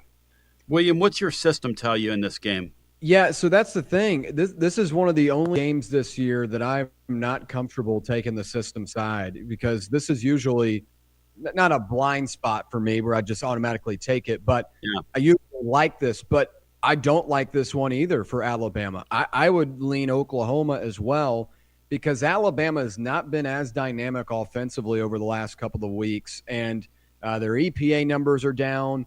Ty Simpson's average depth of receiver and pass completion is down. They have not been the same team that we saw when they were rolling through teams in the early part of October. So I think Oklahoma's defense is the big factor here, because they're going to eliminate the run game for Alabama like they did for Tennessee. And while I think Ty Simpson is a great passer, Oklahoma's got the personnel with their versatility to be able to defend it. And I also look at a guy like John Mateer and his running ability up against this Alabama defense as well. Alabama can get in the backfield, but like last week, a lot of drives for LSU were taken back because Nussmeier was not good at managing the pocket. Mateer, his arm or his hand might not be 100%, but my golly, he's still got some legs, and we saw that in Neyland. I feel like Oklahoma at the 6 is still a pretty good number, and I don't like taking the road team in these spots, but I would agree. I think if there's one spot of the season where I would fade my system, it'd be Oklahoma, and I'll probably play the Sooners Saturday. That kicker is a weapon too, man. Yeah. There's no question, Lee. Yeah. Biker shorts. In his biker shorts. Yeah, we saw that here the importance of having a money kicker too in a league where these teams are so equal. If Tennessee's better at kicker, they beat a Georgia team that's a little better than average, guys. That's what Georgia is this year. Georgia has a pretty good team, but by Georgia standards, by Kirby Smart standards, that's got to be one of the 3 worst teams he's put on the field, including his first year. I mean, there's just no doubt about that. Worst defense. Worst defense he's had. Awful. I mean, by their standards. By everybody else's standards, okay. It's William Pattison, you of the playbook. Whoa. Give me your third play, if you will, from the colleges. Hit it. So there are a couple other top 25 matchups, ranked versus ranked. Texas and Georgia is one of them. Notre Dame and Pittsburgh. I do like the Irish on a lean. I do worry about like Pat Narduzzi having these type of spots though and just winning games, but Pittsburgh's got a lot of them, so I don't have a strong side right now as we talk about this about 12, 14, 16 hours away from kickoff. I'll look to see where those lines end up, but I do like some chaos in college football. And the team that could create the most chaos in the college football playoff landscape, the Duke Blue Devils, at home, up against a Virginia team coming off a really bad loss last week as well. They lost that game in their own building to a Wake Forest team that is in the mishmash of mediocrity with the rest of the ACC. I like Duke here. I had them losing last week to UConn. We talked about that game on here last week, and we all liked UConn as well. They passed the ball really, really well. Moore's done a great job. But I like Duke coming back home, and I think this is going to be the team in the ACC championship. Virginia at home, North Carolina, and Wake Forest to go. I like Duke at the 4.5 Saturday. I think Virginia was overrated to begin with. They beat that Florida State team. Everyone thought they were a top 25 team. Outside of that, the win over Louisville doesn't look as strong now. I think they're all the same type of teams. Yeah. And Duke really should have knocked off Georgia Tech 4 weeks ago. They outgained them. They played better than them. They just had 3 huge miscues, and it allowed Georgia Tech to hang around and end up winning. I like Duke at home here. Give me Darian Mensah and company. And Manny Diaz, a defensive coordinator, is going to rattle a guy in Chandler Morris who is very susceptible to turning the ball over and has gotten Virginia in a ton of issues this season. Give me Duke early to continue their stretch to the college football playoff, or at least the ACC championship. Well, I'll tell you this. If they get to the playoff, it is going to set up a very interesting thing because that group of 5 teams is probably going to jump them. I would agree. But I'm here for the chaos, though. Oh, I love it because you're right. I mean, I thought you were going to say Texas beating Georgia tomorrow, which is another chaos creator if that were to happen, because then you'd set up a scenario where we could have several 2-loss SEC teams at the end of the year and somebody gets left behind. But you kind of get the feeling there is going to be some chaos here down the stretch. Hey, Lee, let's think back to a game we were talking about before William came on the scene with us. But that Duke team had a gross effort earlier in the year against an Illinois bunch where they turned the ball over about 6 times. I think Duke was the right side that day. They turned the ball over like 5 times. I mean, it was a disgusting result early in the season. It looks like Duke's got it straightened out to the point where that's probably a pretty good play that William has there. What do you think? Yeah, I think Duke is better than their record. It all comes down to turnovers.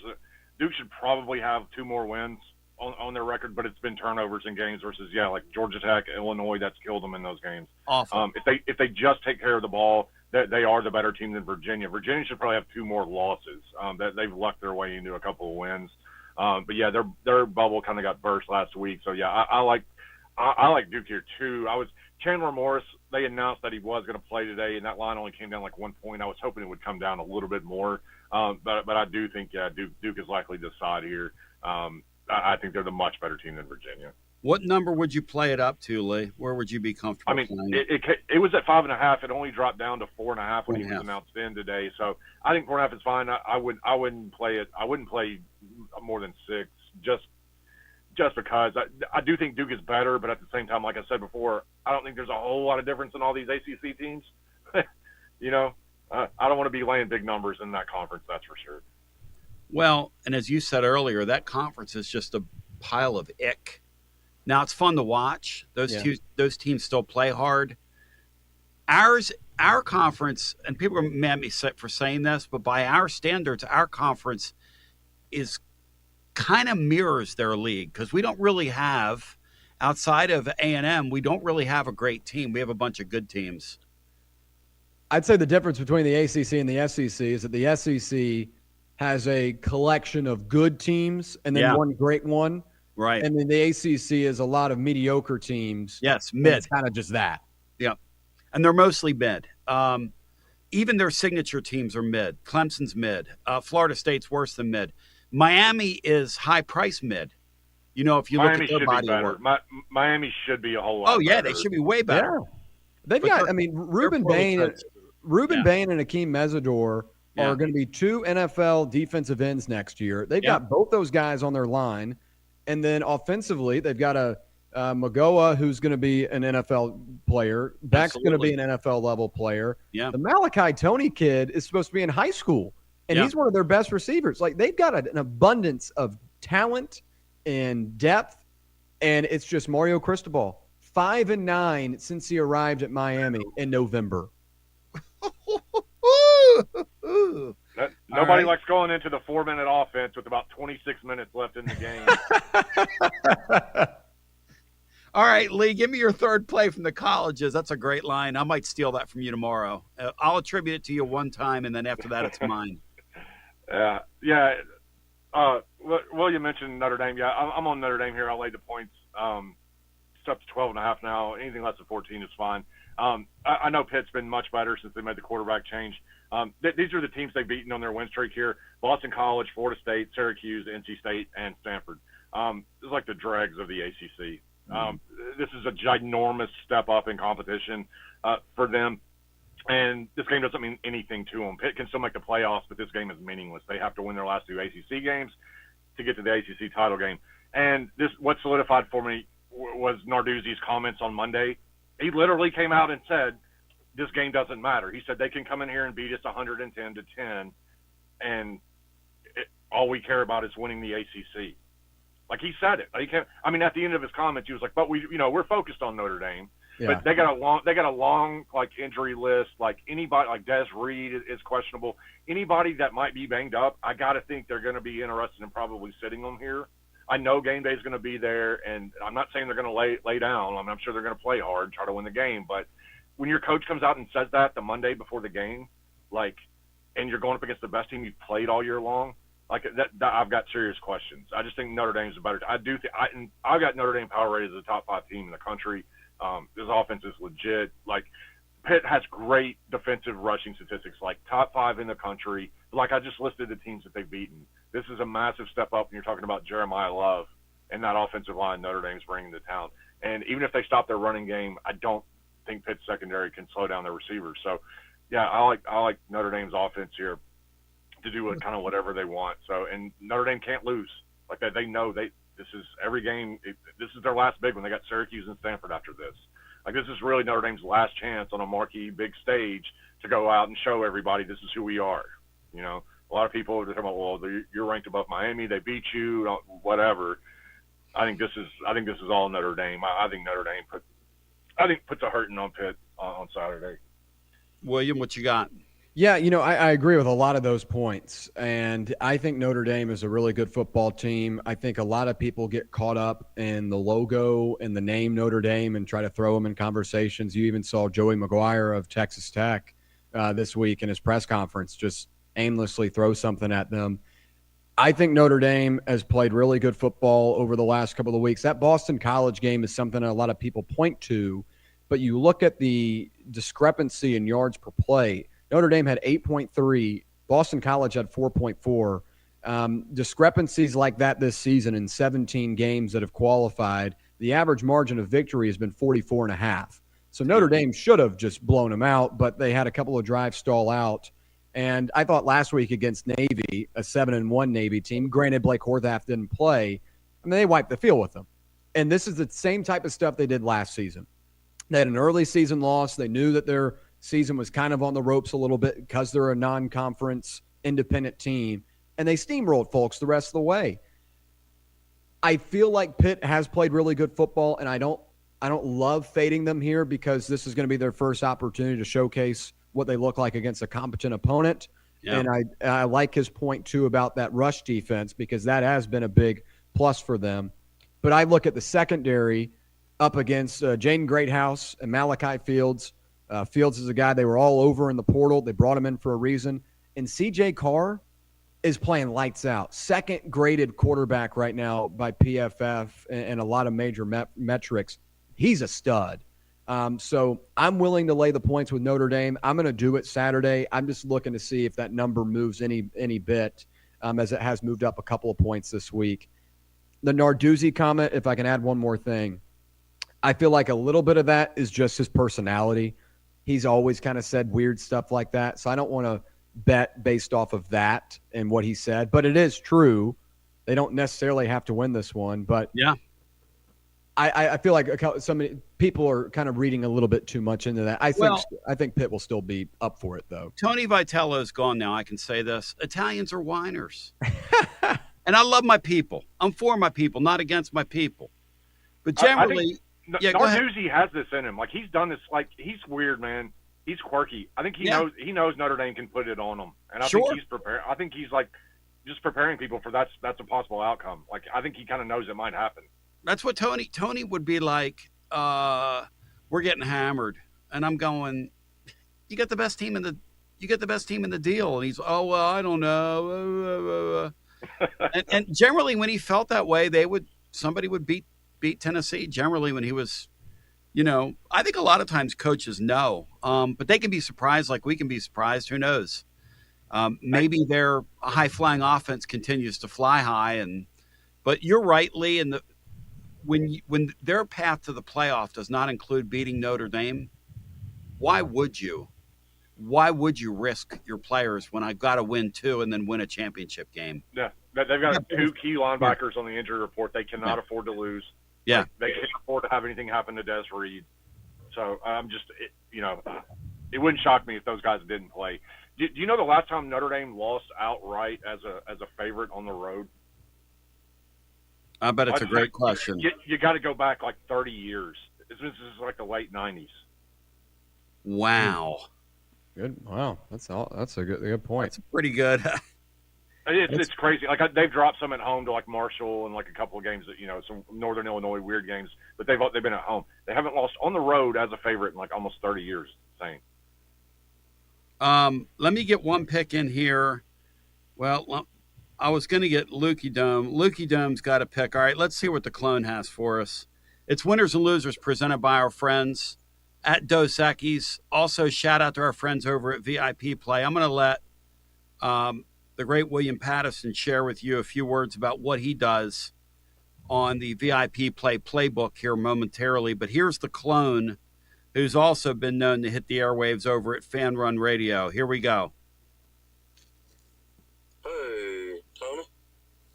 This is Luke.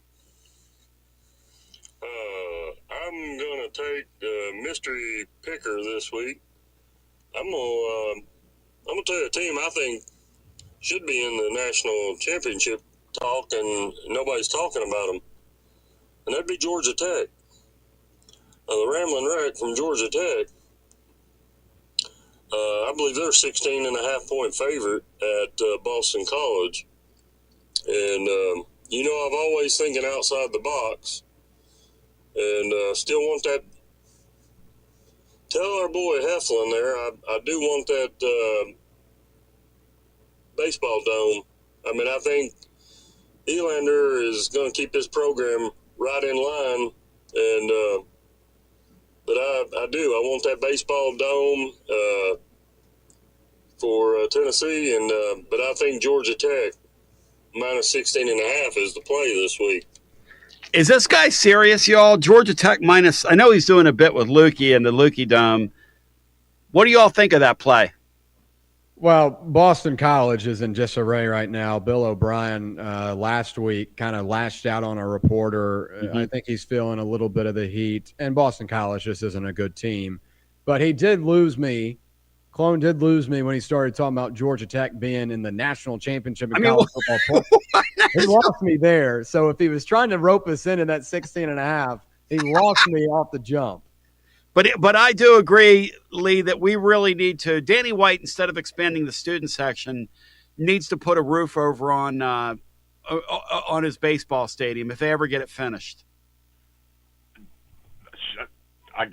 Sure, man. I mean, we can't even. We've had cranes out there for like how long? 4 years now. Come on. It's a rumor that at some point we're going to have our baseball stadium finished, but I'm sure when it does get complete, and we're going to build a new sky deck for our student body over there. Anyway, I got to watch myself here. My friends at VIP Play, the welcome. If you bet $20, you get $100 in bonus bets instantly. My promo code is TN Tony. Now, Will, what's yours? Let's fight here. Yeah, promo code is FANRUN. That's all caps FANRUN. TN Tony. All right, so the bottom line is 200 leagues, live always, numerous types of bets, props, options. I'm going to have a 3-pack pick. I've gotten beat twice this year on a hook, which is a disgusting feeling on a 3-team parlay, which I'm starting to think it's just not meant to be for me. But we did have one winning week. So I don't, for what that's worth. But Will, as I tell people, if you have a gambling problem, 800-889-9789, 21 and over, located in the great state of Tennessee to place a bet. Tell me about what you do over at the Playbook. Yeah, the Playbook is live Monday through Friday on the Fan Run Radio app, 105.7 FM, 1340 AM here in K-Town on the local dial, or on that X/YouTube live stream, however you listen or watch. We would appreciate your time. And as you say right before you send it off to me, Tony B, I like to break it down analytically. I like to break it down scientifically. I like to inform my listeners so that they're prepared when watching these games on Saturday. And whether that's talking about Tennessee or the action in college football, I want people to be enlightened. I want them to know. And especially when we get to our best bets segment every Friday, as we probably are doing here eventually, as I'm again, on the air right now and also doing this podcast. But we do the look ahead throughout the week so we can really eye these numbers and the line movement and stuff like that. So check us out 1 to 3 every Monday through Friday on the Fan Run Radio app and the other ways to listen. We have a great time. The Playbook presented by VIP Play. It's a beautiful thing. Lee, as we talk about this weekend, and Will gives us card like an A-. It's a sneaky good college football card. It really is. Do you have another play that you'd like to share with us? Because you've done 3 so far. Are you tapped? As far as college goes, I will say take a look. We gave out Coastal Carolina last week. Yeah. Look at them again this week. They're catching 3 at Georgia Southern. I think this Coastal Carolina team is still very undervalued in the market. They started the season, they wanted to be an air raid team. Now that they switched quarterbacks, they've gone to a really run-heavy offense, and it's been very successful. And Georgia Southern cannot stop the run. Now Coastal's pass defense is a little bit iffy. Georgia Southern's probably going to score some points here, I think. But you're catching 3 here. Coastal, believe it or not, still controls their own destiny. Like if they went out, they would have to beat James Madison next week, but they can still win that conference. So they're still playing hard. They're on an upswing right now, and I don't think the market's has really caught on to them yet. I don't think they should be catching 3 against Georgia Southern this weekend. Any thoughts on that, Will? I don't. I'm not as big on the Sun Belt this season. I will say I've watched Georgia Southern a couple of times. Watched them last week. They beat App State on the road. But if I have an opinion, I like to be knowledgeable on it, and I don't think I'm knowledgeable enough to give a full-fledged side on it. But I'm going to take his word for it. Coastal did it last week. So if they're still undervalued, get the best of the numbers. So I like it. The Coastal bunch with Georgia Southern. You have anything else for us, Will, from the colleges before we go to the NFL? Yeah, I mean, again, it'd be a system play, but looking at Georgia 6.5, that's going to be something I take into consideration. But another one of these spots, and I've tried to focus on these during today's show, is these spots where you've got a team that's still playing really hard and is not tanking their season, going up against a group that is in a little bit of an interesting spot. And this is TCU traveling to BYU. I like the Horned Frogs at the 3.5 right now. This line has dropped a point this week. It was at 4.5 earlier in the week, and I think this is a really, really good TCU offense. Josh Hoover, a guy that we almost potentially could have seen in Knoxville donning the orange and white, has had a really good season, and this is a talented team. And BYU, I think you really got to see how bare they are offensively last week against, granted, a very good Texas Tech defense. Very, very good team. But their offense couldn't move the ball. And that has been a characteristic of this team throughout the season. Even against Utah, they couldn't move the ball that well. And Utah got lit up by Texas Tech. So, and with a backup quarterback, that is too.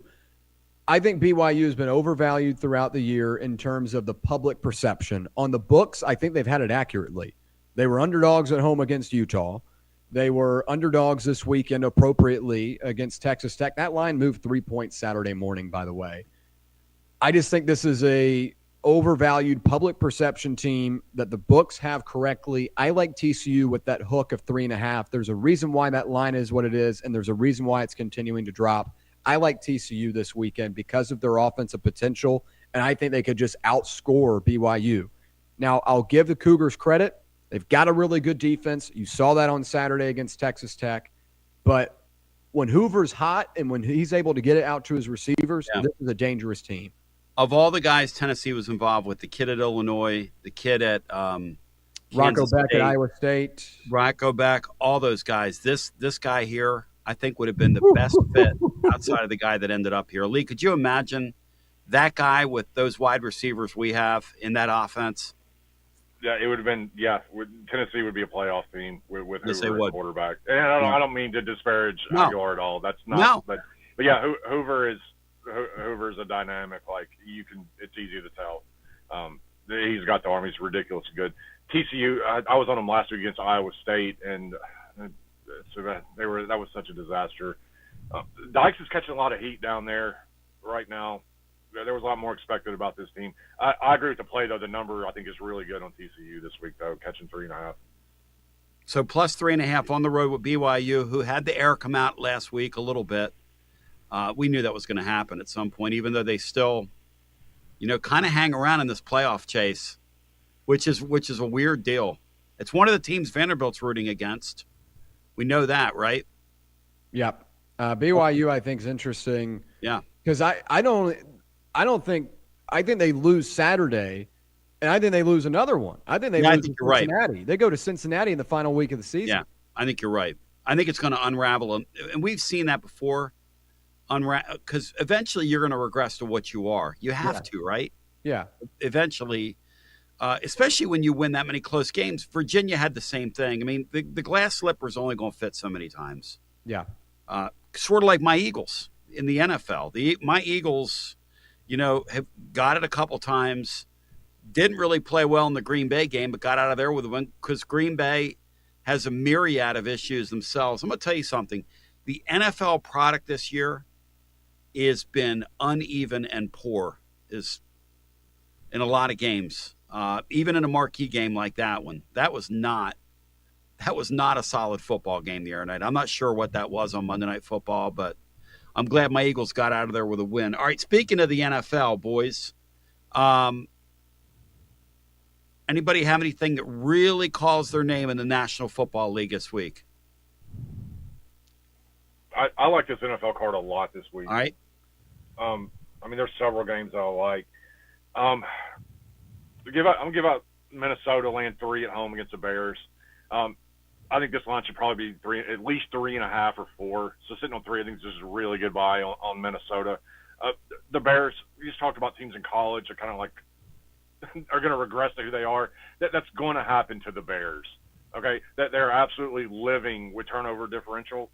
Like, if you look at their defensive numbers, okay, EPA, I'm not going to break it down, but EPA takes into account turnovers.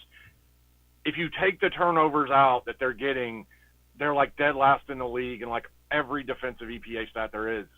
Like this has to stop. Like their opponents have fumbled the ball 9 times. The Bears have recovered 8. The Bears have fumbled 8 times, and they've recovered 7 of them. Like this has to end. Minnesota, like the Bears are the one thing they do well is they run the ball really well. But this Vikings rush defense has gotten significantly better the last 3 weeks as they've gotten players back, key players that were injured earlier. I think with the Vikings at home, they're the better team. Laying 3 is a very good price. This Bears thing has to stop eventually. I think it's a really good number on the Vikings, laying 3. Please stop. William Pattison, what you got from the NFL? Anything calling your name? Really quick, just want to piggyback on that because I full-fledged agree there. We talked about it on Tuesday on the playbook. I think the Bears at 6-3 are pretty overvalued in terms of what that record is. I like Minnesota as well. That defense has been really good throughout the season. Playing at home here, small number at 2.5. I think a lot of people just look at the records and the quarterback play. I like Minnesota there. Really good call. I think there are a couple of different routes you could go. I look at Buffalo at home against Tampa Bay. Tampa Bay's banged up, and they just lost a close one at home to the Patriots. Buffalo's trying to get some momentum. They're coming off a loss as well, but having that game at home I think is important. Another game I look at, too, is New England. And I know New England's kind of become the popular team in the NFL, and everyone's kind of riding them. But I'm a big sucker for double-digit spreads in the NFL. 12.5 right now is New England. And I know this is a divisional matchup, but the Jets don't have a football team right now. Justin Fields is horrible. They got rid of all their really key defensive players. And Drake May and this offense are playing really, really good football right now. So even though it's a 12.5-point spread in the NFL, I lean that in this week, and then really throughout the rest of the slate. Like in terms of the luck ratings, do you take Kansas City at the 3.5 on the road against the Broncos? The Broncos are due to regress back to the mean. Yeah, but this is a road divisional matchup. Do you fade the small road divisional dog, or it's going to be home divisional dog? I think Kansas City's on a different level. Line has moved 2 points as well. Guys, what the Jets had to do last week to get a win? I mean, is Cleveland kidding us? What is Cleveland doing? They're terrible. I don't know, but Cleveland's a really good play this week. They're at home catching 7.5. That's the other game I was going to give out against the Ravens. Look, when the Browns are at home, they are a completely different team than when they go on the road.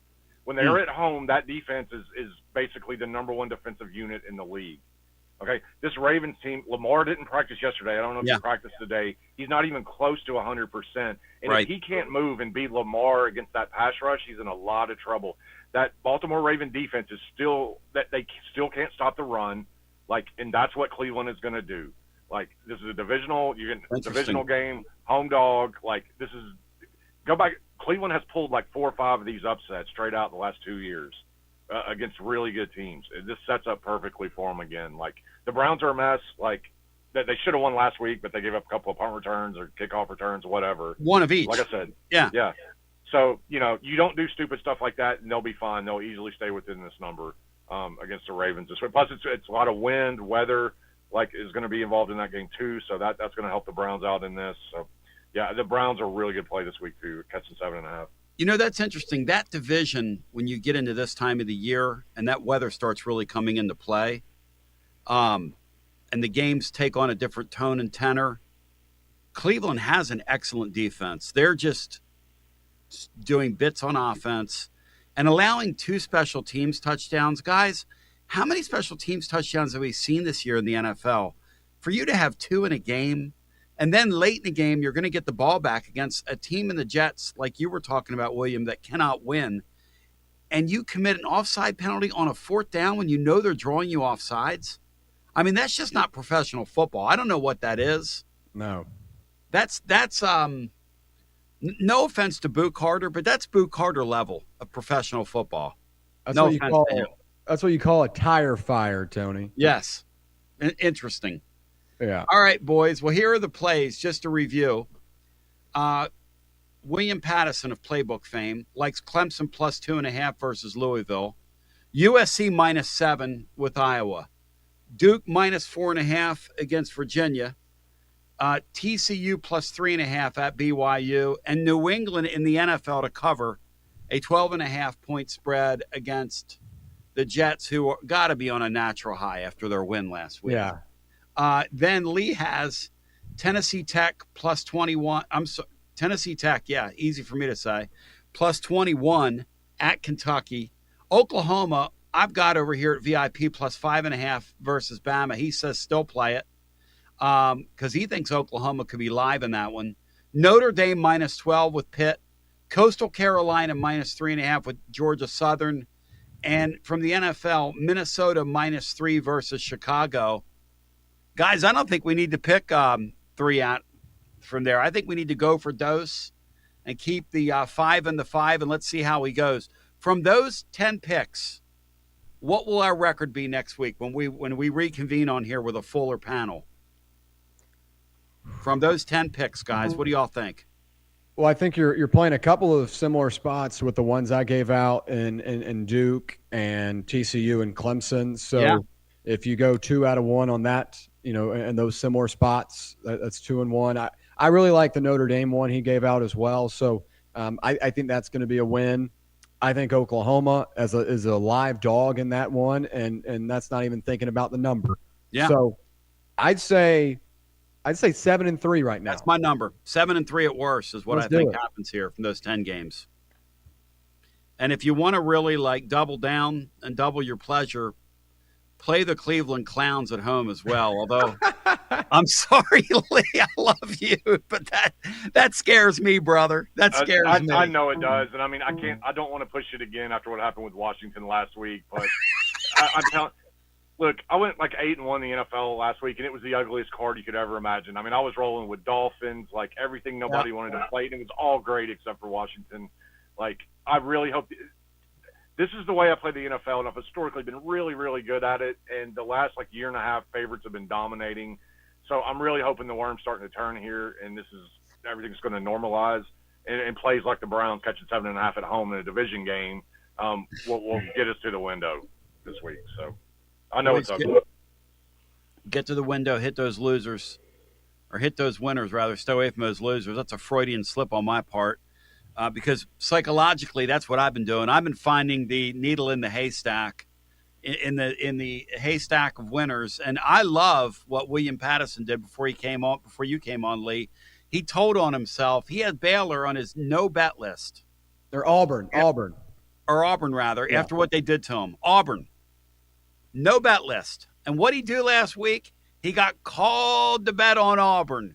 He got pulled right into it. And what did they do to him? Broke his heart. Anybody that gambles knows that you have a no bet list, and you're always going to go against your no bet list when you have that hunch. You get that intuition going. Well, I'll say anything, man.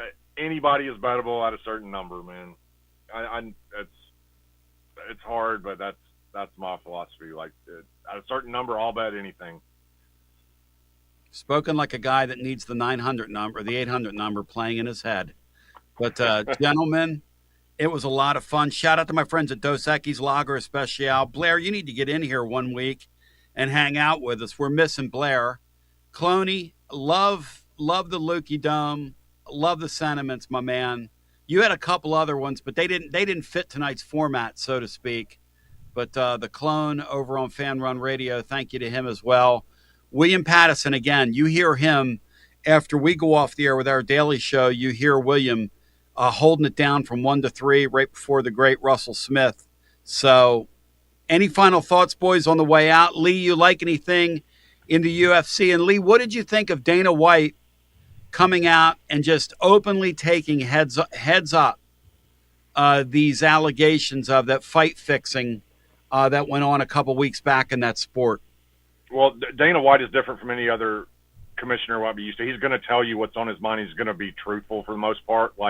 He's pretty much going to come out and say, hey, look, if these guys are going to do something stupid, they deserve all that they get. You can go to jail for doing this. Yep. And he's going to come out and say it. Dana White's not going to beat around the bush. He's going to be straight up with you, which I respect a ton. That being said, awesome card this weekend, UFC 322 in Madison Square Garden. 2 belts on the line. Co-main is Valentina Shevchenko versus Wiley Zhang. Like, incredible women's fight. Can't wait to see this. Mm-hmm. Shevchenko on the money line is like minus 130. I think it's a great bet. Wayne gave up her belt, or Wiley Zhang gave up her belt to move up in weight class. She's never been in the octagon with a woman as big as Valentina. Like, I think Valentina's physicality here is going to be way too much for Wiley. On the feet, it's going to be a really good match, but Valentina's a world-class kickboxer. But I think she can take Wiley down, impose her will on top. So I like Valentina Shevchenko on the money line. In the main event, Islam versus Jack Della Maddalena. Again, Islam's moving up in weight class to try to get Jack Della's belt. Everybody's assuming Islam is gonna win this. I don't think it's gonna be that easy. Jack Della's had a full camp to get ready for this. All of Islam's dominating performances the last 7 fights, when he's finished people, have all come with people who've taken fights on short notice. Like, I don't think he's going to be able to just ragdoll Jack Della here. I like the over 3.5 rounds here at minus 110. I think that's the best bet to make. And I'll put a little bit here on Jack Della by decision at plus 750. Lee, you're the man. That UFC stuff, guys, is an incredible sport. And Dana White took it head on. You do not see a commissioner in any of these other leagues coming out publicly and saying what they're saying. Now, baseball guys on the way out, your thoughts on them limiting first pitches across the board? That's not a good sign for your sport when you're having to limit across the board how much somebody can bet. That's saying, I'm so concerned about my athletes doing it again. Isn't that what you're saying? I mean, that's got to be what you're saying, right? Yeah, I mean, the books don't want to take on the liability with that stuff. And look, when books start to take down markets, that's not good if you're the market being taken down. That, like it or not, people watch your games, no matter what sport it is, in large part because they're betting on it. Yes. So when these books start pulling markets, that's less eyeballs on your sport, that's less revenue, and you don't want this to grow any further to where they start taking down more and more markets, because then your sport will actually become non-existent. Hey, William, on the way out, how concerned are you about manipulation in college basketball? Line manipulation in these kids? How about just in general, in college athletics, period? Yeah. I think it has become an issue because, especially in college hoops, because you've got a lot of these mid-major games and stuff that's on ESPN Plus, and it's a little bit easier to go under the radar. But I just think in general right now in all of athletics, really, I mean, gambling is a fun thing. I love talking about it. I love getting in depth about it. But when you continue to publicize it and put it out there on these broadcasts, whether it be the NBA or the NFL or in the college world, they're thinking about allowing college athletes to start betting on pro sports and stuff like that. Yeah. Like, you're just continuing to get that in their head and open up the Pandora's box of ideas. Well, to Lee's point, when you got them coming out with limits on these first pitches and some of these other props, my son was telling me in the golf world, he's got some friends that that are in professional golf. And he was listening to a golf podcast the other day, and he played in college, and so he knows a lot of these people. But he says, hey, you can bet shot by shot now. And all a guy has to do, a great player, is hit a ball, not out of bounds, but just not in the fairway, and he scores money for his friends. I mean, that's where we are. It's where we are, guys. It's where we are. I mean, look, to some degree, look, sports betting has been around for a long time. I know it's just relatively in its infancy here in the U.S. This sports betting has been around for a long, long time. That it's just stuff is so much more now in the open. They're going to catch people who are doing shady stuff. They're going to catch them real quick. Okay. And they're going to probably they're going to be made examples of, okay, to where people don't even think about doing it. That's my only hope, because I don't like the reputation for people that bet on sports for a living to get ruined, because this is, like I said, sports betting isn't new. This has been going on for a long time. I hope these kids really think about what they're doing and don't get jammed up to the point where they feel like they got to do something really stupid to get some money back. And unfortunately, that's a reality, So One thing we saw from one of those stories was the underworld's alive and well, guys. That one college basketball story, Bino was talking about it on our Friday show. You got all these names in that suit, and even though it's legal, we still have ways to get to you, and that's a concern of mine. What William was talking about on the way out is a real concern of mine, which is these athletes. Freedom's not free. Freedoms we have. You can get very bound up very quickly and jammed up very quickly. And there are a group of people, you can tell these athletes, hey, they want to jam you up so they can compromise you. That's a scary, scary thing. As me, somebody who makes my living in the college space predominantly, that is a scary thing in my world. It always has been. And I think that scares a lot of the administrators and a lot of these coaches. But to Lee's point, college football is exploding right now on television. Why? I think it's a great game, but it's also a game we love gambling on. Yeah. And there's nothing wrong with that, William. No, not at all. Scary, but it's scary. Yeah. No, nothing wrong with it at all. I think it's a mixture of a lot of things. I think that TV deals continue to grow every season in terms of the number. That's why we're in this ESPN YouTube TV debacle right now. Yep. But when you move these conferences around, you get more big-time games. You have slates like we have this weekend. People are intrigued. So it's a good thing for college football, the sport of college football. I think it's in one of the best spots in terms of engagement it's ever been in. Mm-hmm. But there are risks that come with that, and there's like if you're a celebrity, the more popular you get, there are risks that comes with it. And I've noticed that the last couple of weeks, man. I've had on the way out, guys. It's been great. William, keep doing what you're doing. Lee, hey man, go out this week and knock them out like you did last weekend, brother. Yeah, man, I'm you due to deserve get on a hot streak in football, man, and we've been kind of going up and down all year long. Yeah, so ride the wave. Yeah, for sure. And one last thing, I don't have anything to push, but go help out your local animal shelters. I would definitely appreciate it. And all those guys and gals that work tirelessly at those places would appreciate it. And pups themselves would, even though they can't tell you, they would appreciate it too. Hey, Lee, you'd love this. The other day, there was a couple people from the local shelter that were walking dogs in one of our beautiful parks here in Lakeshore. And basically the leash said, adopt me. And people were walking up to this dog and petting this dog, and they were out getting a nice leisurely stroll, and I'm over there playing my guitar, scaring the dogs half to death. And so, it's a beautiful thing, but I love my doggies. Man, we do that a lot. We do that a lot. Like, people want to come walk dogs, we'll give them the leash that says, you can adopt me. I love my dogs. Can go exercise, and they see the dog, and it helps get them adopted, like little things like that. So if you can go walk a dog, and you can help get one adopted, man, anything helps. Hey, people are always going to let you down. God's never going to let you down, and your dogs are never going to let you down. Two things I know in life. People going to let you down a lot, though. But anyway, on the way out, love both you guys. William, keep doing what you're doing. Good luck this weekend, man. Thank you, and always enjoy coming on here. It's been fun. And for the rest of us, remember, you hit those winners. Don't look at my picks or fade me and stay away from those losers. Thank you to Dos Equis. Thank you to VIP Play. Good luck this weekend, and thank you to everybody that participated in our Machi tailgate and helping make this a great weekend for some young kids that life has really been kind of tough on. But we believe in happy endings. Love you, peace. Enjoy the college football weekend. Go Big Orange.